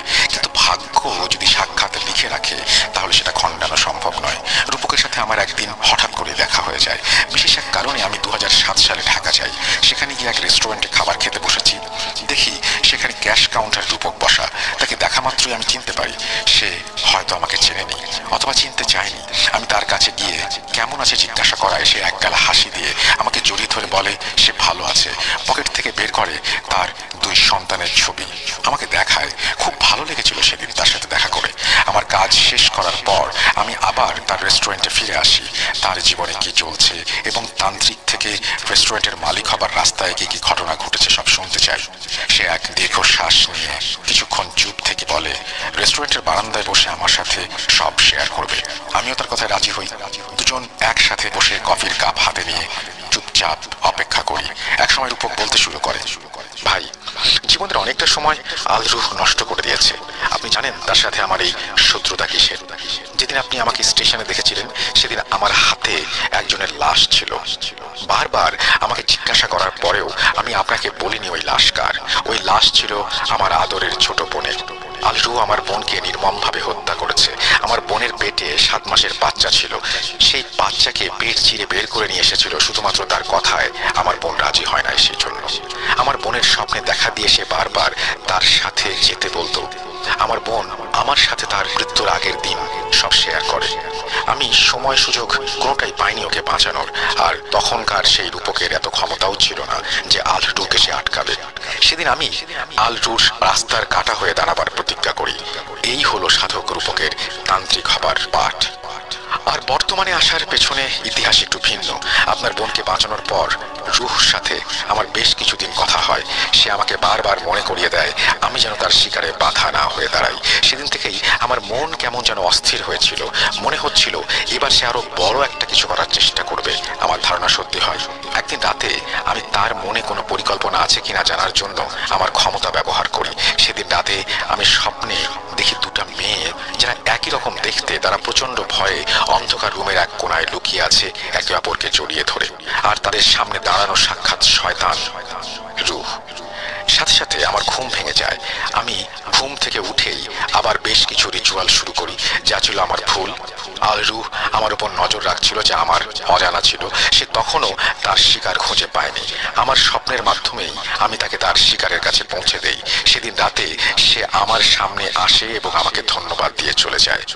অনেক খোঁজ করেও আমি ওই 2 মেয়ের কোনো হদিস পাচ্ছিলাম না। আমার ক্ষমতাও কোনো কাজে আসছিল না। এরপর আমি একের পর এক উপায় অবলম্বন করতে শুরু করি। শেষে এক অঘরী তান্ত্রিকের কাছ থেকে কিছু নতুন তন্ত্র শিখে সেই অনুযায়ী কাজ করি এবং সেই মেয়ে দুটোকে খুঁজে বের করতে সক্ষম হই। আমি অনেক দেরি করে ফেলেছিলাম। সেই 2 মেয়ে তখন আল রুর কবজায় চলে গিয়েছে। মেয়ে দুটি ছিল এতিম। এতিমখানা থেকেই তাদের লেখাপড়ার ব্যবস্থা ছিল, কিন্তু তাদের আচরণগত পরিবর্তনের জন্য তাদেরকে একটি কক্ষে রাখা হয়। এতিমখানায় গিয়ে আমি অনেক কষ্টে তাদের সাথে দেখা করি। তাদেরকে দেখে আমি অবাক হয়ে যাই। 2 জন জীর্ণ শীর্ণ মেয়ে একসাথে বসে আছে। তারা উভয়ই আমাকে দেখে নড়ে চড়ে বসে আর নিজেদের আড়াল করতে শুরু করে। তখন তাদের বয়স অনেক কম হওয়ায় আল রু তার ইচ্ছা পূরণ করতে সক্ষম ছিল না, তাই তাদেরকে আপাতত নিজের কবজায় রেখেছিল। আমি তাদের সাথে দেখা করেই বুঝতে পারি এটি সেই শয়তান ইফরিতের কাজ। তাদের গায়ে মন্ত্র পড়ে পানি ছিটিয়ে দিতেই তারা চিৎকার শুরু করে। কোনোভাবে তাদেরকে আল রুর কবজা থেকে কিছু সময়ের জন্য মুক্ত করে আমি আমার নিজের মন্ত্র পড়া পানি খাইয়ে দেই। সেদিন রাতে আলরু আমার কাছে আসে এবং আমার ওয়াদার কথা মনে করিয়ে দেয়। আমাকে তার পথ থেকে সরে যেতে বলে, কিন্তু আমি পিছপা হই না, তার কথায় কর্ণপাত করি না। রাগে ক্ষোভে সে আমার জীবন নেবার সিদ্ধান্ত নেয়। আমি তৈরিই ছিলাম, তাই সে আমার কোনো ক্ষতি করতে পারেনি। তখন যাবার সময় সে আমাকে বলে ওই দুই বোনকে সে অবশ্যই নিয়ে যাবে এবং আজই নিয়ে যাবে, তাকে কেউ আটকাতে পারবে না।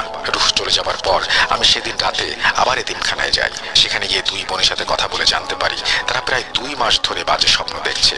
স্বপ্নে কেউ তাদের সাথে জোর জবরদস্তি করার চেষ্টা করছে। ঘুম থেকে উঠে শরীরের বিভিন্ন স্থানে কাটা এবং কালো দাগ দেখতে পায়। তারা খাবার খেতে পারে না, খাবার খেতে গেলেই খাবারে পোকা আর মৃত ইঁদুর ভেসে ওঠে।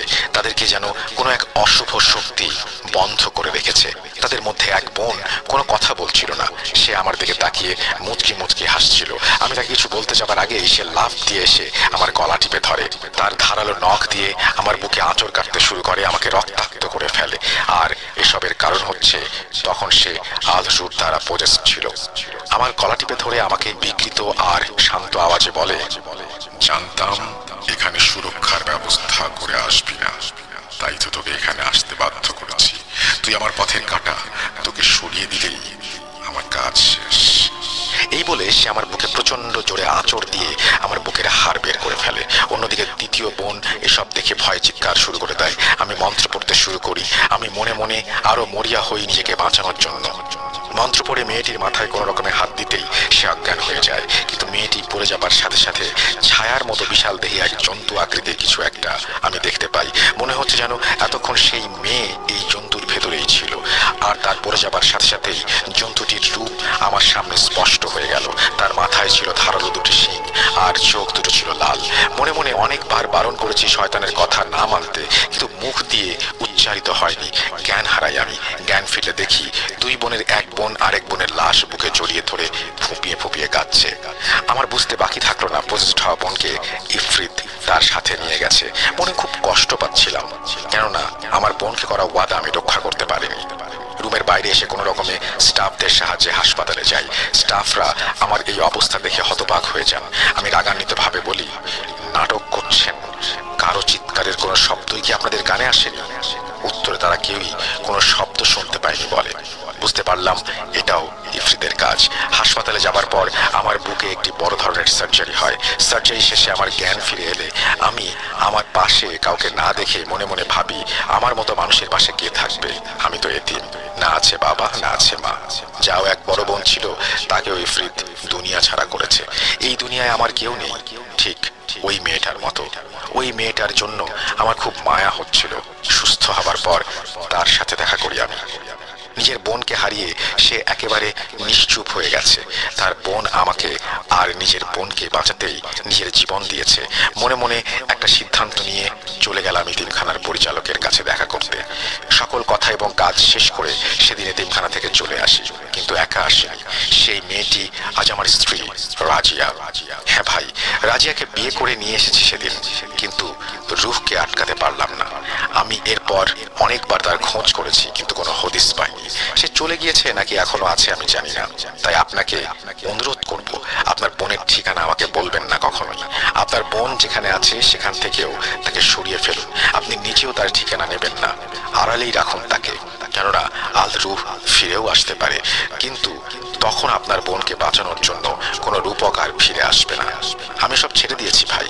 রুহকে খুঁজতে খুঁজতে ব্যর্থ হয়ে যখন আর কোনো পথ পাচ্ছিলাম না, তখন আমি নিজেকে পাল্টে ফেলি নিজের স্ত্রী সংসারের জন্য। আমার তন্ত্র সাধনায় অর্জিত অর্থের কিছু অংশ আমি আমার স্ত্রী যে এতিমখানায় ছিল সেখানে দান করে দিই। বাকি টাকা দিয়ে এই রেস্টুরেন্ট চালু করি। স্ত্রী আর 2 সন্তান নিয়ে সুখে আছি। আর আগের রূপক হতে চাই না, চাই না রুহ পথের কাঁটা হতে, কেননা মৃত বোনকে করা প্রতিজ্ঞার জন্য জীবিত স্ত্রী সন্তানদের হাত ছেড়ে দিতে পারি না। আর তাই আজ সাধারণ মানুষ হিসেবেই রয়ে গেলাম। জানি না রুহ এখন কোথায়, তবে তার সাথে আর কখনো দেখা হোক সেটা আমি চাই না। অনেক শুনেছি মানুষ জাতি জিনকে বশ করে, বন্দি করে, টর্চার করে, কিন্তু সত্যিকারে তা হয় কিনা আমার জানা নেই। ইফরিতের মোকাবেলা যারা করেছেন তারাই কেবল জানেন ইফরিতের ক্ষমতা কত বেশি, কতটা ভয়ঙ্কর। আমি জানি, নিজের চোখে দেখেছি, তাই আর দেখতে চাই না। ভেবেছিলাম এসব নিয়ে আর আলোচনা করব না, কিন্তু আপনার বোনের ঠিকানা কেউ যেন জানতে না পারে, তাই এই ব্যাপারটা আপনাকে সাবধান করতেই খুলে বললাম। রাতের খাবারটা খেয়ে যাবেন। এই বলে রূপক তার ঘটনার ইতি টানে। জীবনটা বড়ই অদ্ভুত। একজনের আত্মত্যাগের জন্য দুইটি প্রাণ বেঁচে যায়। নিজের কথা না ভেবে মানুষ আপনজনের জন্য নিজের জীবন অনায়াসে কুরবান করে দেয়। এই জন্যই মনে হয় কুরবানির অর্থ ত্যাগ। আর সেই কুরবানি ঈদে আমি সিফাত আলম আপনাদের কুরবানি যেন আল্লাহ তাআলা কবুল করেন সেই দোয়া করে বিদায় নিচ্ছি। এই বলে সিফাত তার ঘটনা শেষ করেছেন। থ্যাংক ইউ সো মাচ সিফাত আপনার ঘটনার জন্য। আশা করছি এই ঘটনাটা আপনাদের ভালো লেগেছে। যদি ভালো লাগে অবশ্যই আমাকে জানাবেন। আমরা চলে যাব আমাদের পরবর্তী ঘটনায়। তবে তার আগে বলি যে অনেকেই হয়তো হাটে আছেন এই মুহূর্তে, যদিও রাত অনেক, তারপরে হয়তো অনেকে হাটের কাজ এখনো শেষ করতে পারেননি। আপনাদের সবার জন্য অনেক শুভকামনা থাকলো। পছন্দের পশুটি নিয়ে যেন বাড়ি ফিরতে পারেন, এটা খুব জরুরি। এবং আপনারা যেখানেই থাকুন নিরাপদে থাকুন, সুস্থ থাকুন, সেই প্রত্যাশাই রাখি। আমরা চলে যাব আমাদের পরবর্তী ঘটনায়।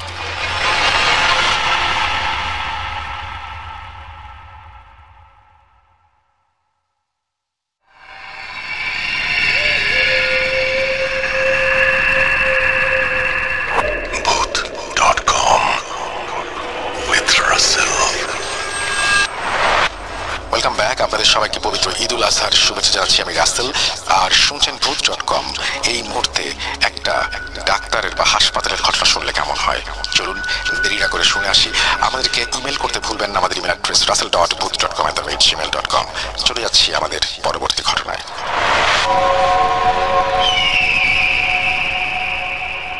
আসসালামু আলাইকুম রাসেল ভাই। আমার নাম কৌশিক গাঙ্গুলি। আমি একজন মেডিকেল স্টুডেন্ট, ফাইনাল ইয়ারে পড়াশোনা করছি। অনেকদিন ধরে ভাবছি আপনাদের ঘটনা পাঠাবো, কিন্তু হয়ে ওঠে না। আমি অনেক আগে থেকে বলতে শুনি, 2012 সাল থেকে শুনছি। তখন FM রেডিও যুগ ছিল, সেভাবে শুনতাম। একটা নস্টালজিক ভ্যালু কাজ করে। তো আজকে যা ঘটনাটা পাঠিয়ে ফেললাম, আশা করি আপনাদের ভালো লাগবে এবং সিলেক্ট করলে আমি খুবই আনন্দিত হব। তো ঘটনাটি এখান থেকে অনেক বছর আগের, অনেক বছর বলতে 10-11 বছর আগের একটি ঘটনা। আমার বাবার চাকরির সুবাদে আমি যশোর পলিটেকনিক কোয়ার্টারে থাকতাম। পলিটেকনিক কলেজের কোয়ার্টার, অভ্যন্তরীণ কোয়ার্টারে থাকতাম, টিচার্স কোয়ার্টার। তো টিচার্স কোয়ার্টারের পাশে একটা ছিল বিল্ডিং ছিল, সেখানে টিচার্সরা থাকতেন। কিন্তু সেই বিল্ডিং অনেক রকম সমস্যা হতো, সেই জন্য মানুষ ওখানে থাকতে চাইতো না। থাকলে বিভিন্ন প্রবলেম ফেস করতো। যেমন মৃত মানুষের শব্দ, ডাকার শব্দ, পরিচিত কেউ মারা গেছেন কিছু বছর আগে, সে হঠাৎ করে ডাকছেন, এমন কিছু শব্দ মানুষ মানে এরকম কিছু এক্সপিরিয়েন্স করতো। তো ফলে কিন্তু ওখানে বসে বসে চাইতে থাকাই, ওখানে হুজুর ডেকে ফ্ল্যাটটাকে বন্ধ করে দেওয়া হয় ধর্মীয় রীতিনীতি অনুসারে। সেভাবে তো বন্ধ করার পর ওখানে আবার মানুষজন থাকা শুরু করে। সেভাবে কোনো সমস্যা বা কমপ্লেন আসে না। কিন্তু আমার বাবা তখন হোস্টেল সুপারের দায়িত্বে ছিলেন। তো একদিন বাবা পরিদর্শনের জন্য হোস্টেলে যান। গিয়ে সেখানে দেখতে পান যে একটি মেয়ে বেশ অসুস্থ আছে, তার চোখে মুখে ভয় ছাপ। বাবা সে মেয়েটিকে জিজ্ঞেস করেন কি হয়েছে, ও সমস্যা? মেয়েটার বান্ধবী এসে বলে, স্যার ও কিছু বলতে পারবেন আজকে। বাবা সহজে কৌতূহলী হলেন। তখন তিনি সেই মেয়েটিকে জিজ্ঞেস করলেন যে গতকাল রাতে কি হয়েছিল, যে মেয়েটি অসুস্থ হয়ে পড়েছে শুনলাম। তো মেয়েটির বান্ধবী বলল যে স্যার ও গতকাল রাতে রুম থেকে হঠাৎ বেরিয়ে যায় অসময়ে যাওয়ার জন্য অথবা কিছু খাওয়ার জন্য, কিন্তু অনেকক্ষণ বেরিয়ে যায়, ও রুমে আসে না। আমি ছিলাম রুমে, কিন্তু আমার কাছে বিষয়টা খুবই অদ্ভুত লাগে এবং খটকাও লাগে কিছুটা। আমি নিচে ডাইনিং এ দেখে সিঁড়ি বেয়ে নামতে গিয়ে দেখিও একা টেবিলে বসে তার সাথে যেন আনমনে কথা বলেই চলেছে। তার চোখে মুখে ভেসে উঠেছে সামনে অবস্থানরত অদৃশ্য কোন এক ব্যক্তির ভয়ঙ্কর অবয়ব। আমি কাছে গিয়ে ওকে ধাক্কা দিতেই ও যেন বাস্তবতায় ফিরে এলো। আমি ওকে জিজ্ঞেস করলাম, কি রে, কার সাথে কথা বলছিলি? ও আমাকে কিছু না বলেই আনমনে আমার কোলে ঢলে পড়লো, যেন চলে গেল ঘুমের দেশে। রাত তখন মধ্য। আমার একার অনেক ভয় লাগছিল। তারপরে ওকে নিয়ে রুমে উঠি। আমি আগেও মাঝরাতে ছাদের উপর পড়ে কারো ফাটার শব্দ শুনেছি, কিন্তু বিশ্বাস করিনি স্যার। আমার মনে ভুল বলে বুঝিয়ে দিয়েছিলাম, কিন্তু কালকে ঘটনা ঘটার বিষয়টা আমার কাছে মোটেও স্বাভাবিক লাগছে না। মেয়েটির বান্ধবী আমার বাবাকে এইসব যখন বললেন, আমার বাবা বিষয়টা অনুধাবন করতে পারলো যে নিশ্চয়ই ওই আগের বিল্ডিংটা অফ করে দেওয়ার কারণে এই সমস্যাটা এই বিল্ডিং এসেছে। তো বাবা হুজুর আবার ডাকলেন এবং বিল্ডিংটা অফ করে দেওয়ার ব্যবস্থা করলেন। কিন্তু ঘটনাটা এখানে শেষ হয়ে গেলে ভালো হতো, কিন্তু হলো না রাসেল ভাই। ঘটনাটা এবার আমাদের ফ্ল্যাটের দিকে শিফট হলো। আমার মা হলো তখন গান শেখানো ছেড়ে দিয়েছেন সবে মাত্র। তার আগে গান শেখাতেন, বাসায় অনেক স্টুডেন্টস আসতো মার কাছে গান শিখতো। তো একদিন প্রায় দুপুরের দিকে মা আছেন আর নেইবার্স একজন আছেন, প্রতিবেশী কাকি আছেন বাসায়। কাকিকে রেখে মা স্নানের উদ্দেশ্যে বাথরুমে যান। বাথরুমের ভিতর থেকে মা শুনতে পান যে কেউ একজন বলছে, একটা মধ্যবয়স্ক মহিলা এবং একটা বাচ্চা, যে মা, বাচ্চাটা মাকে বলছে মা মা গান শিখাবে না আজকে, আন্টি গান শিখাবে না। আর আন্টিটা বলছেন, সে মধ্যবয়স্ক মহিলাটি বলছেন যে হ্যাঁ হ্যাঁ শেখাবে শেখাবে, একটু ওয়েট করো আম্মু।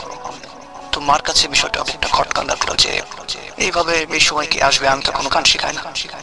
মা দরজাটা খুললেন এবং সামনে দেখলেন কেউ নেই। এবং তারপরে তড়িঘড়ি করে মা কাজ শেষ করে ড্রয়িং রুমে গেলেন, যেখানে মার প্রতিবেশী মানে আমাদের প্রতিবেশী কাকি বসেছিলেন, তার কাছে গেলেন। মা জিজ্ঞেস করলেন যে কি আপনি কিরকম শুনতে পেয়েছেন কোনো মধ্যবয়স্ক মহিলার গলা এবং একটা বাচ্চা মেয়ের গলা গান শেখার বিষয়টা যেটা বলছিল। তো তিনিও ওরকম একটা শুনতে পেয়েছেন, কিন্তু বলছেন যে আমিও শুনেছি এরকম কথা, কিন্তু মনে ভুল ভেবেছিলাম যে হয়তো বা ভুল শুনছি। তো বিষয়টা আবারও খুবই খারাপ লাগলো এবং ভয়ও পেল মা। বাবাকে বললো, তখন হুজুর আবারও ডাকা লাগলো এবং 3টা বিল্ডিংই পর পর বন্ধ করতে হলো। তারপরে কোনো সমস্যা হয়নি। এই তো বিষয়টা অদ্ভুত ছিল এবং যার ব্যাখ্যা আমাদের কারো কাছে নাই। তো এই ছিল রাসেল ভাই ঘটনা। আর আশা করি আরো কিছু ঘটনা আপনাদের ভবিষ্যতে পাঠাতে পারবো এবং কালেক্ট করতে পারবো। আরো থাকবেন সবাই boo.com দীর্ঘজীবী হোক।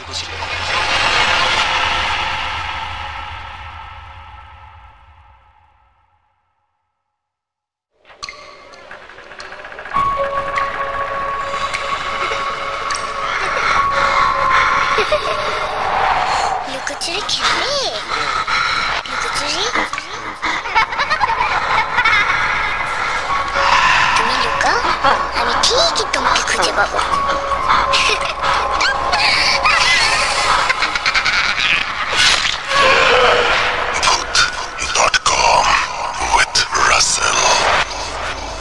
ঈদ মুবারক, ঈদ মুবারক, ঈদ মুবারক। ঈদের স্পেশাল এপিসোড চলছে এবং এইখানে এখন যেই অডিও ক্লিপটি আপনারা শুনবেন, না অডিও ক্লিপ না, আসলে অডিও ক্লিপ শুনলে আগে ভয় পেয়ে জানি, আমি বললাম না। এখন আমরা যেই ঘটনাটি আপনাদের সাথে শেয়ার করব সেটি আপনাদের সাথে আসলে আমি শেয়ার করবো না, শেয়ার করবেন হাফিজ মাইনুদ্দিন সাহেব। তাকে আমরা উপস্থাপন করব আপনাদের সামনে এবং তিনি তার এক্সপিরিয়েন্স শেয়ার করবেন আপনাদের সাথে। চলুন কথা না বাড়িয়ে সরাসরি চলে যায় হাফিজ মাইনুদ্দিন সাহেবের ঘটনায়। আসসালামু আলাইকুম। আলহামদুলিল্লাহ রাসূল ভাইয়া ভালো আছি, আশা করি আপনারা সবাই ভালো আছেন। আমি আজকে যে ঘটনাটা শেয়ার করব সেটা 12ই রমজান ঘটে যাওয়া। আমি নিজে বাসায় গিয়ে সেটা দেখে কাজ করে আসছি। তো মূলত সর্বপ্রথম বিষয়টা বলে রাখি, 12ই রমজান ছিল সম্ভবত এপ্রিলের 1 তারিখ। তারা তাদের নতুন বাসাতে তারা আসবে আর কি, নতুন বাড়ি করেছে, বাড়ি কমপ্লিট, এবং তারা ওই 12ই রমজানে তারা আসবে, থাকবে। তো বিশেষ ক্ষেত্রে বাড়িটা করাতে তার অনেক পেছনের অনেক ঝামেলা গিয়েছিল। আর সর্বপ্রথম যেটা হয়েছিল, তাদের সাথে কথা বলে আমরা যেটা জেনেছি, যখনই বাড়িটা তৈরি করবে সর্বপ্রথম যাকে দায়িত্ব দেওয়া হয় একজন কন্ট্রাক্টরকে, যে বাড়িটা উনি তুলে দিবে, তার অ্যামাউন্ট এত টাকা লাগবে কি, তাকে দেওয়া হয়। তারা রাজি হয় এবং বলে ঠিক আছে আমরা টাকা দিচ্ছি, আপনি কাজ শুরু করেন, বাড়িটা তোলা তৈরি করেন। তখন তাকে টাকা দেওয়ার পরে উনি টাকা নিয়ে বাসায় গিয়ে অনেক দিন আর যোগাযোগ হয় না। তো ওনারা আবার সর্বপ্রথম বুঝলো যে টাকাটাকে নিয়ে আত্মসাৎ, সে কি গোপন কেন হলো আর কি, কেন সে লুকিয়ে গেল। এই টাকাগুলোকে তাদের মার গেল কিনা, তারা খুব চিন্তিত। পরে খবর নিয়ে দেখে যেদিন টাকাটা নিয়ে গেছে সেই রাত্রি তার জ্বর আসলো, পরের দিনই ওই কন্ট্রাক্টরটা মারা গেছে। তার সর্বপ্রথম এটাই হচ্ছে বাধাগ্রস্ত বাড়িটা তুলতে গিয়ে নানান সমস্যা। দ্বিতীয়বার আবারও প্রায় 6 মাস 7 মাস পরে বা 2 বছর এরকম হবে, যখন আবারও প্ল্যান করলো এবার বাড়িটা আবার আরেকজনকে দেবে, দিয়ে বাড়িটা তুলে সেই দ্বিতীয় কন্ট্রাক্টরকেও টাকাটা দিল। ওইখানে অনেক ঝামেলা ছিল। যারা কাজ করেছে, যারা লেবার, যারা কাজে আসছে, একের পর এক সমস্যা হয়ে যায়। কারো পায়ে আঘাত পায়, কেউ মাথায় আঘাত পায়, কেউ আসে না ঠিক মতো, কাজ এগোচ্ছে না, নানান ধরনের ঝামেলা হচ্ছিল।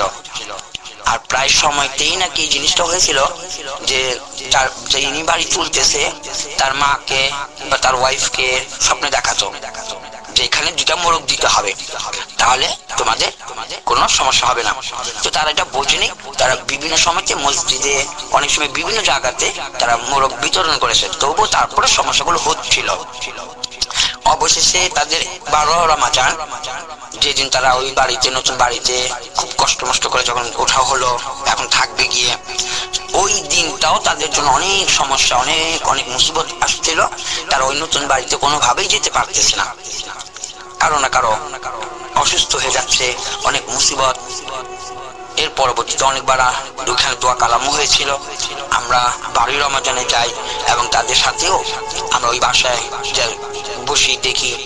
তো মূলত সর্বপ্রথম হচ্ছে তারা যখন বাড়িটা নির্মাণ করেছিল, যিনি বাড়ি বানিয়েছেন উনি কিছুদিন ঘরটাতে থাকাতে ওনাকে খুব সমস্যা করেছিল। উনি দেখেন তারই পরিচিত একটা মানুষের মতো খুব ঘরের মধ্যে ছুটোছুটি দৌড়দৌড়ি করে, কিন্তু অথচ কেউই নেই, উনি একাই থাকতেন। বাড়িটা নির্মাণ করা হচ্ছিল দেখাশোনার জন্য, নিরাপত্তার জন্য। উনি বাড়িটা পাহারা দিতেন, রাত্রে একা থাকতেন একটা রুমতে, আর কেউ থাকতো না। কিন্তু উনি দেখতো বাড়িতে কেমন যেন ধামালি হচ্ছে, অনেক মানুষ বা ছুটোছুটি বেড়াবাড়ি করছে, দৌড়াদৌড়ি করতেছে। উনি প্রায় এই সময়গুলো তো ভয় পেত। তো যখন 12 রমজানে আমি গেলাম, সেখানে গিয়ে যে বিষয়গুলো লক্ষ্য করলাম, যে আমি যখন বসেছি দেখেছি যে বাড়িটাতে কি সমস্যা, তখন আমি জিনিসটা পরখ করলাম যে কেউ যদি ব্ল্যাক ম্যাজিক তাদেরকে পড়ে থাকে, তাহলে সেই জিনটা, ব্ল্যাক ম্যাজিক করা জিনগুলো কাছে আসে, তারা ভয় পায় না। তারা কাছে এসে আমাদেরকে তাড়াবার বা আমাদেরকে এই কাজ না করবার জন্য খুব চেষ্টা করে। আর জিন যদি ওই জায়গাতেই থাকে, যার আবাস স্থল, যে উনি সবসময় এখানে থাকতো, এখন এই জায়গাটার মধ্যে মানুষ বাড়িঘর করবে দেখে তার চলে যেতে হবে, এই জিনগুলো কাছে আসে না, তারা ছুটোছুটি দৌড়াদৌড়ি করে। তাই আমি ওইখানে গিয়ে দেখেছি যে এই জিনগুলো কাছে আসেনি, তারা শুধু দূর দূর থেকে শব্দ করতেছে, ছুটে ছুটে বেড়াচ্ছে, কাছে আসে না। তখন আমরা বুঝেছি যে এই জায়গার মধ্যেই তাদের জিনটার আবাস স্থল ছিল, তারা সবসময় থাকতো। তো রাত্রেবেলা সব আমরা যেভাবে কাজ করে থাকি, কাজগুলো করে দেখলাম এইখানে প্রায় 25 থেকে 30টা জিনের পরিবারগুলো, আর কি 25 থেকে 30 জন জিন এই পরিবারকে নিয়ে বাড়িতেই থাকতো। তাই এই জায়গায় কাউকে কাজ করা বা বাড়ি নির্মাণ করা, কোনো মানুষ বসবাস করার জন্য তারা দিচ্ছিল না। এই নিয়ে অনেক ঝামেলা ছিল ওই রাত্রিটায়। আমরা ইনশাল্লাহ কাজ করেছি, এখন সমস্যা নেই। আমরা প্রায় সময় তাদের খবর নিয়ে থাকি, আমরা কাজ করে ফিরে আসি। কিন্তু মাঝখানে শুধু এতটুকু একটা অসুবিধা ছিল যে রমজানটা শেষের দিকে তাদের সবকিছুই ভালো চলতেছিল, হঠাৎ করে তাদের পরিবারের মূল যিনি ছিলেন তার বাবা, বাড়িওয়ালার বাবা, তার পুরোটা শরীরের ভিতরে একটা ব্যথা ঘুরতেছে এবং পা থেকে মাথা পর্যন্ত শুধু আঁচড় আর আঁচড়ে দাগ চলতেছে। তো বিশেষ করে তারা বয়স হয়েছে বলে ওরা ভাবতেছে অ্যালার্জি হবে, যে কোনো রোগ ব্যাধি হবে। তারা হাসপাতালে নিল, চিকিৎসা দিল, কিন্তু কারণ কোনো কাজ হচ্ছিল না। আর বিশেষ করে আমি একটু ব্যস্ততা থাকার কারণে আমি তাকে আর সময় দিতে পারিনি। পরে জানতে পারলাম ওই লোকটা মারা গেছে।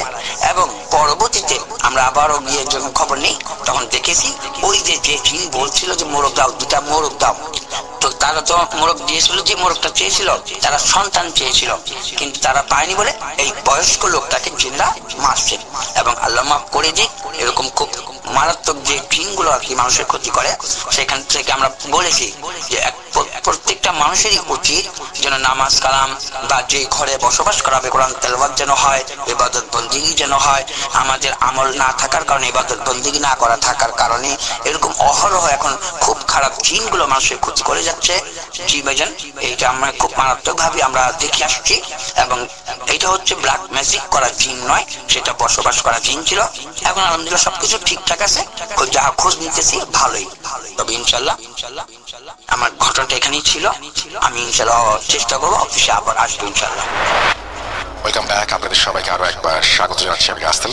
আজকে এই ছিল আমাদের ঈদের প্রথম যে পর্বটি, সেই পর্বটি। এবং ঈদের প্রথম পর্বে আপনারা শুনলেন বেশ কিছু ঘটনা, যে ঘটনাগুলো নিশ্চয়ই আপনাদের ভালো লেগেছে। বেশ কিছু ভালো ঘটনাই আমরা শোনাবো আমাদের পরবর্তী এপিসোডগুলোতে, সুতরাং আমাদের সঙ্গে থাকতে হবে। এবং আমাদের সঙ্গে যদি আপনারা থাকেন তাহলে ঈদ হবে আরো বেশি আনন্দময়, ভয়ঙ্কর আনন্দময়। আজকের মতো এখানেই বিদায় নিচ্ছে। আপনারা নিরাপদে বাড়ি পৌঁছান, যারা বাড়ির পথে রওনা দিয়েছেন। ঈদ করুন আপনজনের সাথে। যারা শহরে আছেন তাদেরকেও বলবো ঈদের প্রস্তুতি সম্পূর্ণ করে আপনারা ঈদটাকে উৎসব মুখর করে তুলুন আপনজনের সান্নিধ্যে। এটা খুবই জরুরি। একটা মানুষ কতদিন বাঁচে, কয়টা ঈদ পায়, গুনে গুনে হয়তো হিসেব করে বলে দেওয়া যায়। সুতরাং কোনো ঈদের আনন্দই যেন একেবারেই এই আনন্দ যেন কমতি না থাকে, এই প্রত্যাশা থাকবে আমার, এবং এই প্রার্থনাও থাকবে আমার আল্লাহ তাআলার কাছে। আজকের মতো এখানেই বিদায় নিচ্ছি। আল্লাহ হাফেজ। সবাই ভালো থাকবেন, সুস্থ থাকবেন। ঈদ মোবারক।